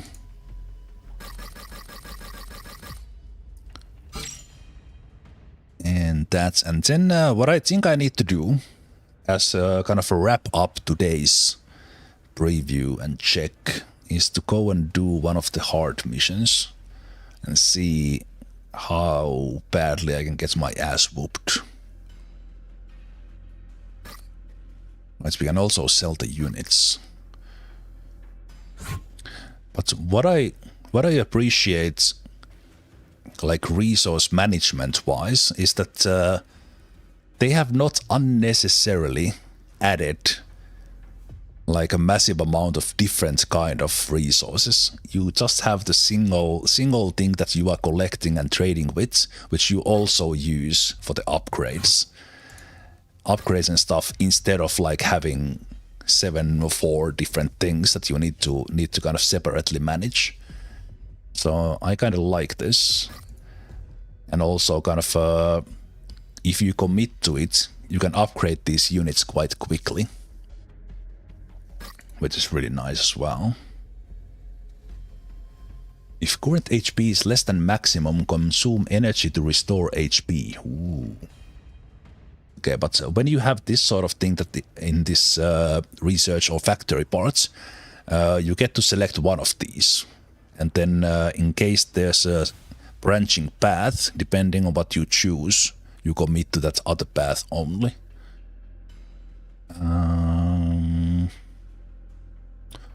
Let's see, explosive shell. In here we have additional damage. Pierces all targets. Jeez. This is very appropriately named units, I gotta say. I somehow... like, ideally they wouldn't be tanking that much, but self-heal feels super powerful. So I think I will take that.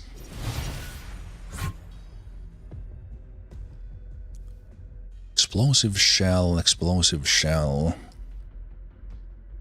Or I change into molten ejection. So basically I replace that ability completely, making it interesting. Skills deal additional damage equal to current energy. I think I will just go here because there's more stuff here and I do like that. So, and also +1 range. Also AP cap is... that's a tough choice. And here in the factory, when we do this, then all mayhem cannons are like this. I think I will still go for the position mode there. And I need to fulfill this completely to get to the next part, so that we'll have to wait for a bit. What did we have next here? Let's do the preheats. Preheat on you, and let's do the shield to full so we get to the next parts. We start with the shield, that's pretty good. And then in here, kind of the fierce minion we can upgrade multiple times. So we do more damage if we... Ooh, this is good. We could push things that are size 3. I like it. Like it a lot. Or size 4. Yeah, that's a good upgrade. So if you choose to, you could sell quite a lot of stuff and kind of get early upgrades quite quickly for all the units, and same thing like buying the stuff you want quite quickly. Okay, so we got 70 hit points on you from doing that thing, so we are probably gonna do the same thing. So did we have... we didn't have one of those now. Thinking that you could be... Also that straight up 4 energy is really nice. Really, really nice. So I want that on you. This gives you pretty decent one. And then you could take extra energy and you could be shooting quite a lot. But would you need more attack instead? Attack 4. With hydraulic joint. Attack and some critical. Maybe I'll just give you that. You would be 10 attack.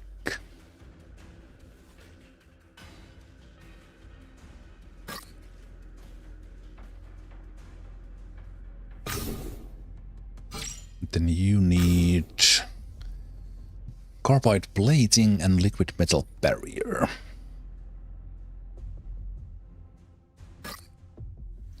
Depending on a bit what the next missions bring.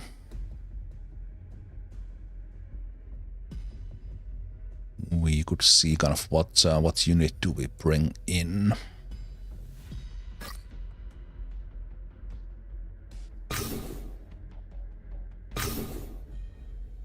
Do I know what you do? Oh, we can... Whoa, I didn't notice that. We can actually get the full graphic images of these things. Oh, that's cool. Whoever is doing the art, kudos. They are doing fantastically. I do like this aesthetic.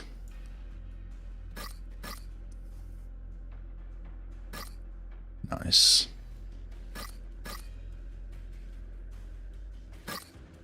Very nice. Okay. Let's do one mission. Let's do one hard. One hard to wrap today up. So we would have one main mission coming which says it's hard. 120 with 6 units. 0, 0. I don't know what 0, 0 means. Okay, oh, these are actually colored. No, they aren't. Okay. Art mission 126. Breakthrough. We need to get through to a target point. And I guess these are like opening some part of this universe. That's hard as well. Defense. Hold until 7th round. Hold out in 7th round. All the defenses are marked hard. Okay, let's do this. Breakthrough. Mire domination. Maze tribe occupies high ground ahead. Broadcasting nonsensical territorial claims. The salt path is obscured by stagnant marsh depression. Only the narrow passages on the flanks can support heavy units. Ah. Disregard terrain impedance. Crush their defense line and plant our flag on that peak. Will do. Okay. 120 on this.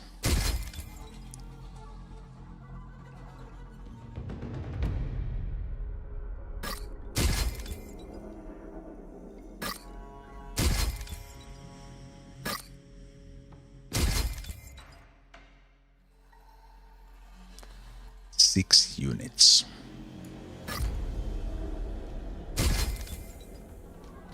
So we have to go around from here, because we can't go through its heavy units here. So 40 remaining.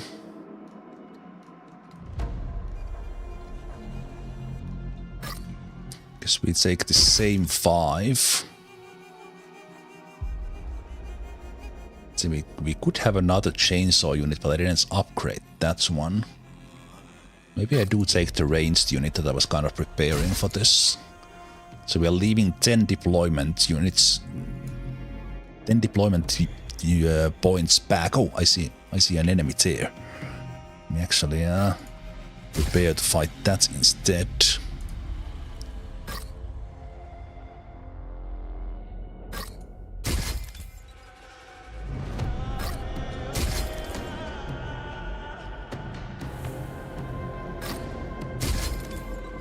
This Darkfire can also scout for us. So kind of useful. Okay, so we have 2 paths.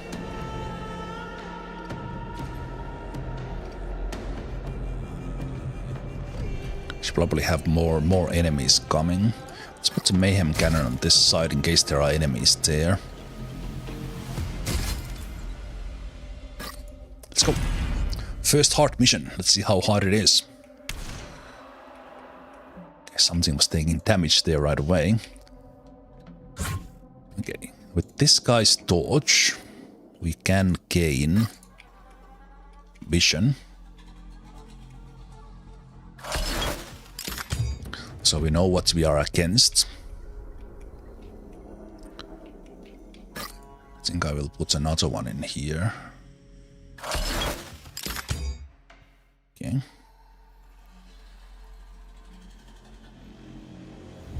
Orchid Throw.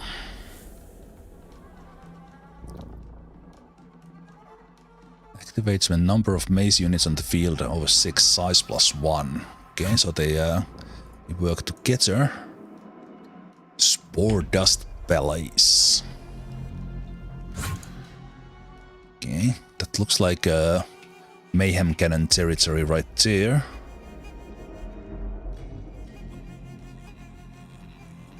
Okay, this looks pretty good.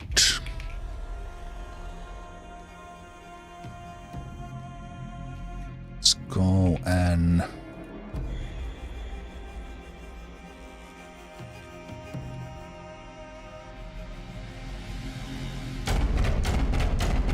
take you here and start punching our way through.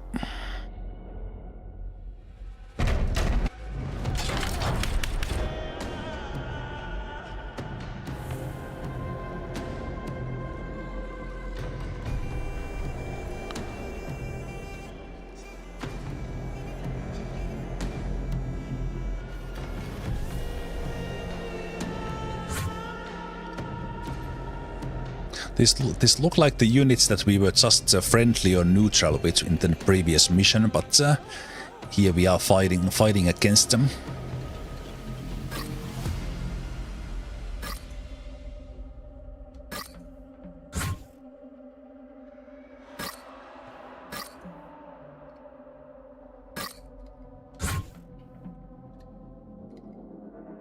So kind of as a counter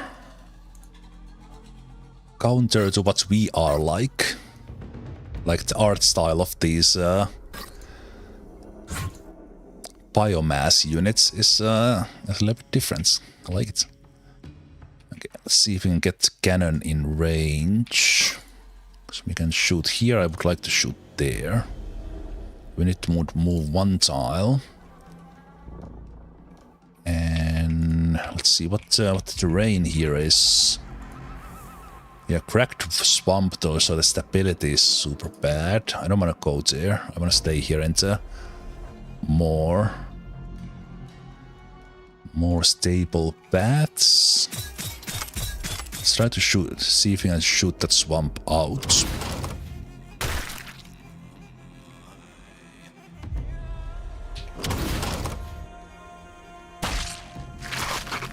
It says stability too. I think that means how big of a size it can hold.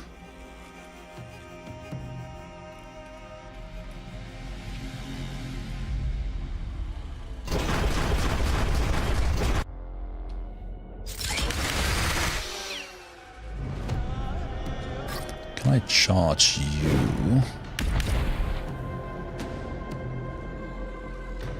Okay, actually did not mean to do that, but sure.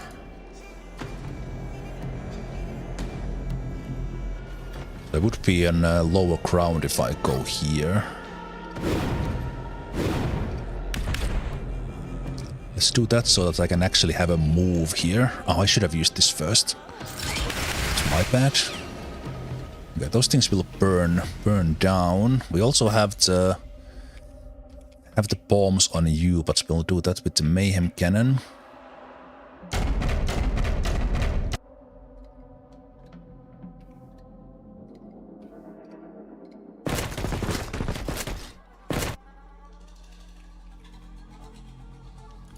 And let's move you one first.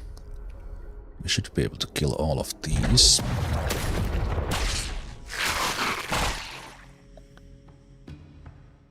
Those guys survived.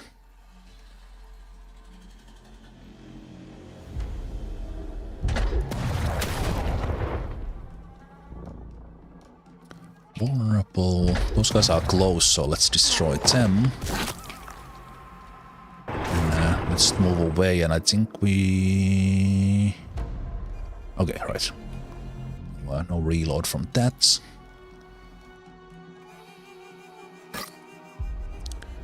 I will use my grenade right away just to get enemy units out of the way.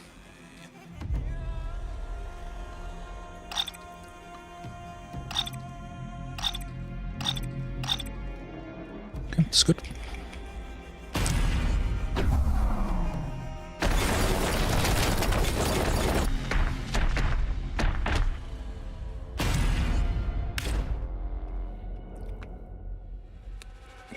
So you can take care of these guys. That gives you the heated one, so you can go and face these nasty guys here. I think we can charge you.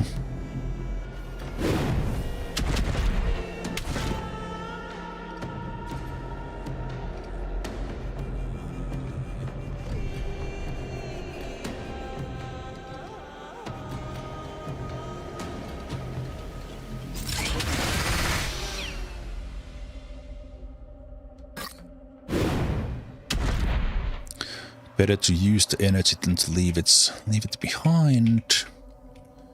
Let's see if we could finish these guys with a range attack.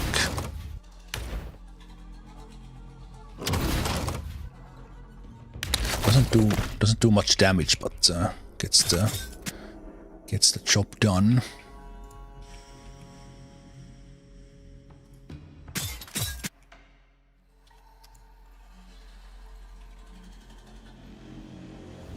Get us in range there. We need to reload. They are grouped up in there, so I would probably want to attack them.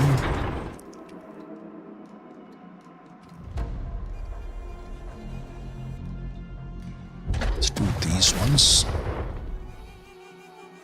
I was hoping to get a kill there.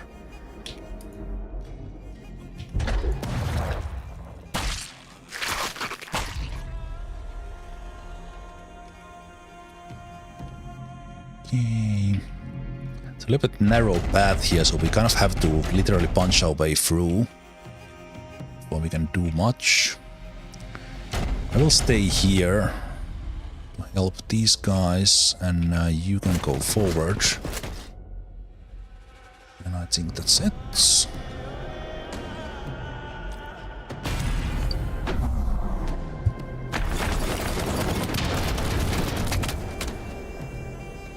Okay, they did punch us back. Let's be mindful of those. Start by punching with you. It's also... Okay. If they would have not died, I could have grouped those guys together for the mayhem cannon, but that worked pretty nicely.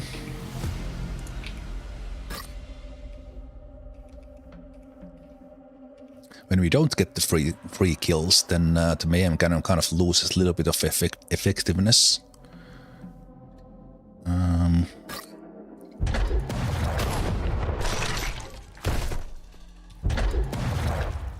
Yes, we cannot move so quickly. They are very effective on what they do. Let's punch our way through this guy first. And hit these guys who are below ground. And let's go scout ahead. You should be able to use your cleave now pretty nicely.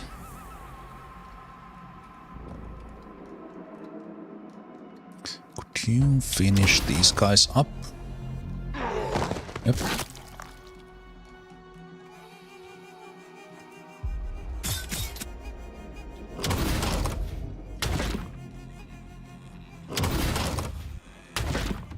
Alright, Sikuta, take care.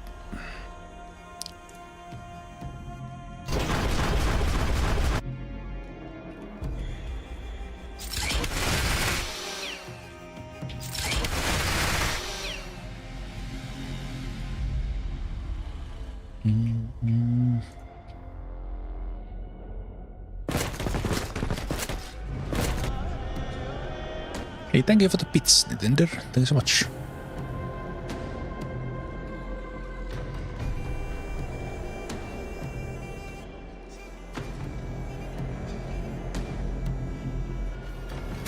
Let's get these guys back.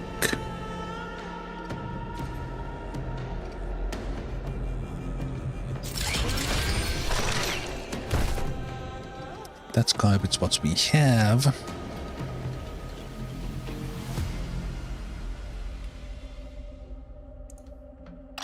You're fine, you're fine, you're fine.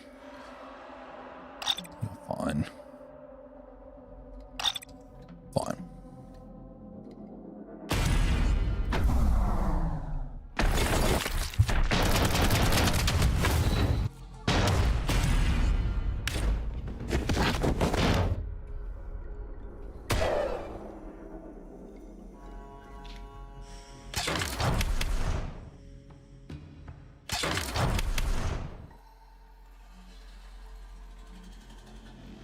Can we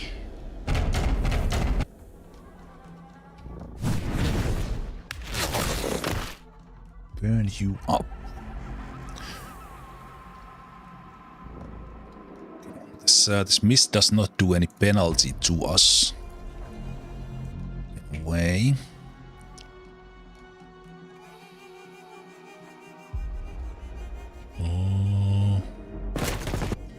Let's weld you back together. Weld you back together. You could finish this guy up. So again, as a little bit of a repeat for those who might have joined here, we have action points and energy. Action points are always just the movement, and then we are using the energy for the attacks. But then on some abilities are basically just like fire and reload, instead of using the energy like we have here. Then we need to use the action points to do the reload in order to be able to shoot again.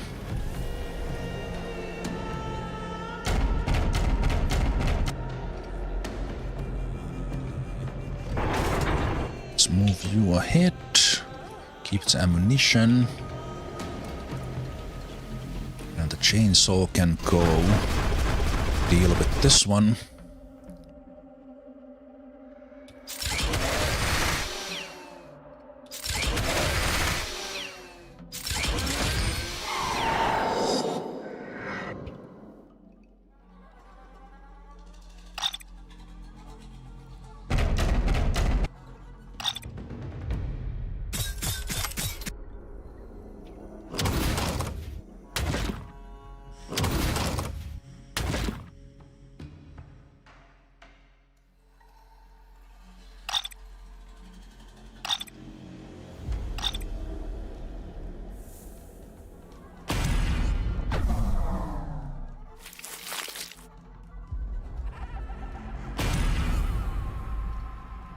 Okay, I think this guy was a little bit stuck there. Because they can't climb the free high terrain.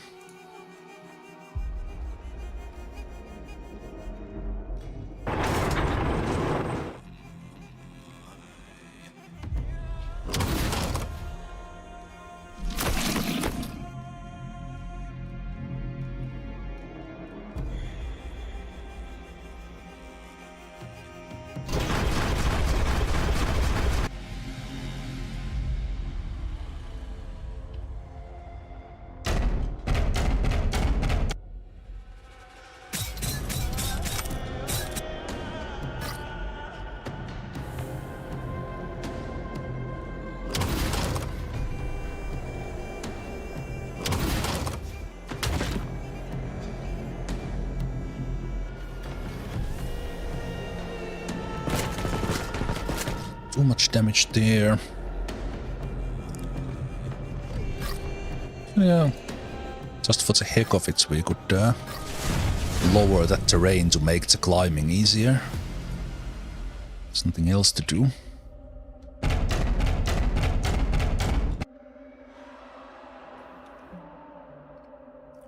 And you can't do much.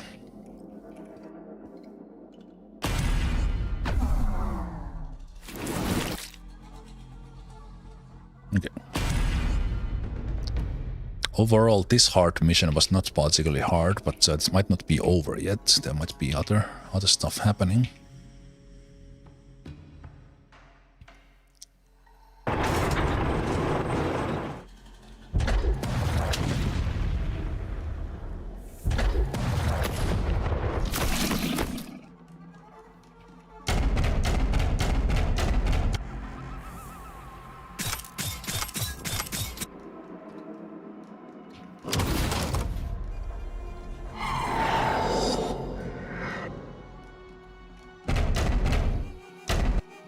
Just in case this continues, I will wait here so that we get everyone close if more enemies appear. I think because the victory condition is moved to the target points in these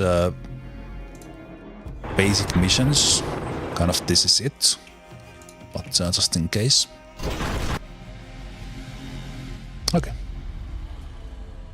Well, to be honest, that was pretty easy. Maybe I ended up doing the right things with the unit upgrades and using the right units, but this, so far not too difficult.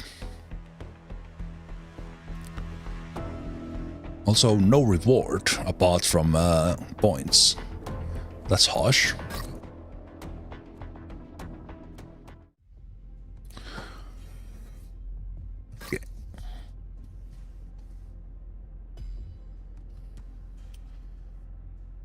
We do want to buy that. That's part of that combo. We have liquid metal barrier. No. Quantum resonator. What is this? Ooh, action points.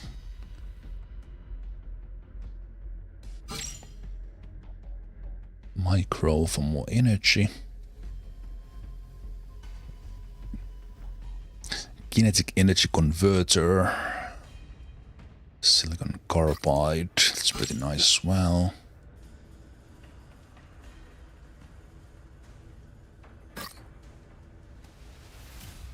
Just this basic upgrade, pretty nice. I will buy that if I need more energy. Let's keep those as is. I don't really need to touch those. But I think this is where I call it a day, and kind of as my first dive into this. This was a very positive experience. I like this quite a bit. I hope you enjoyed this. You got a good understanding what the game is. It is currently in early access as said. I think it's been in early access for a month. And there is let me just see for a moment.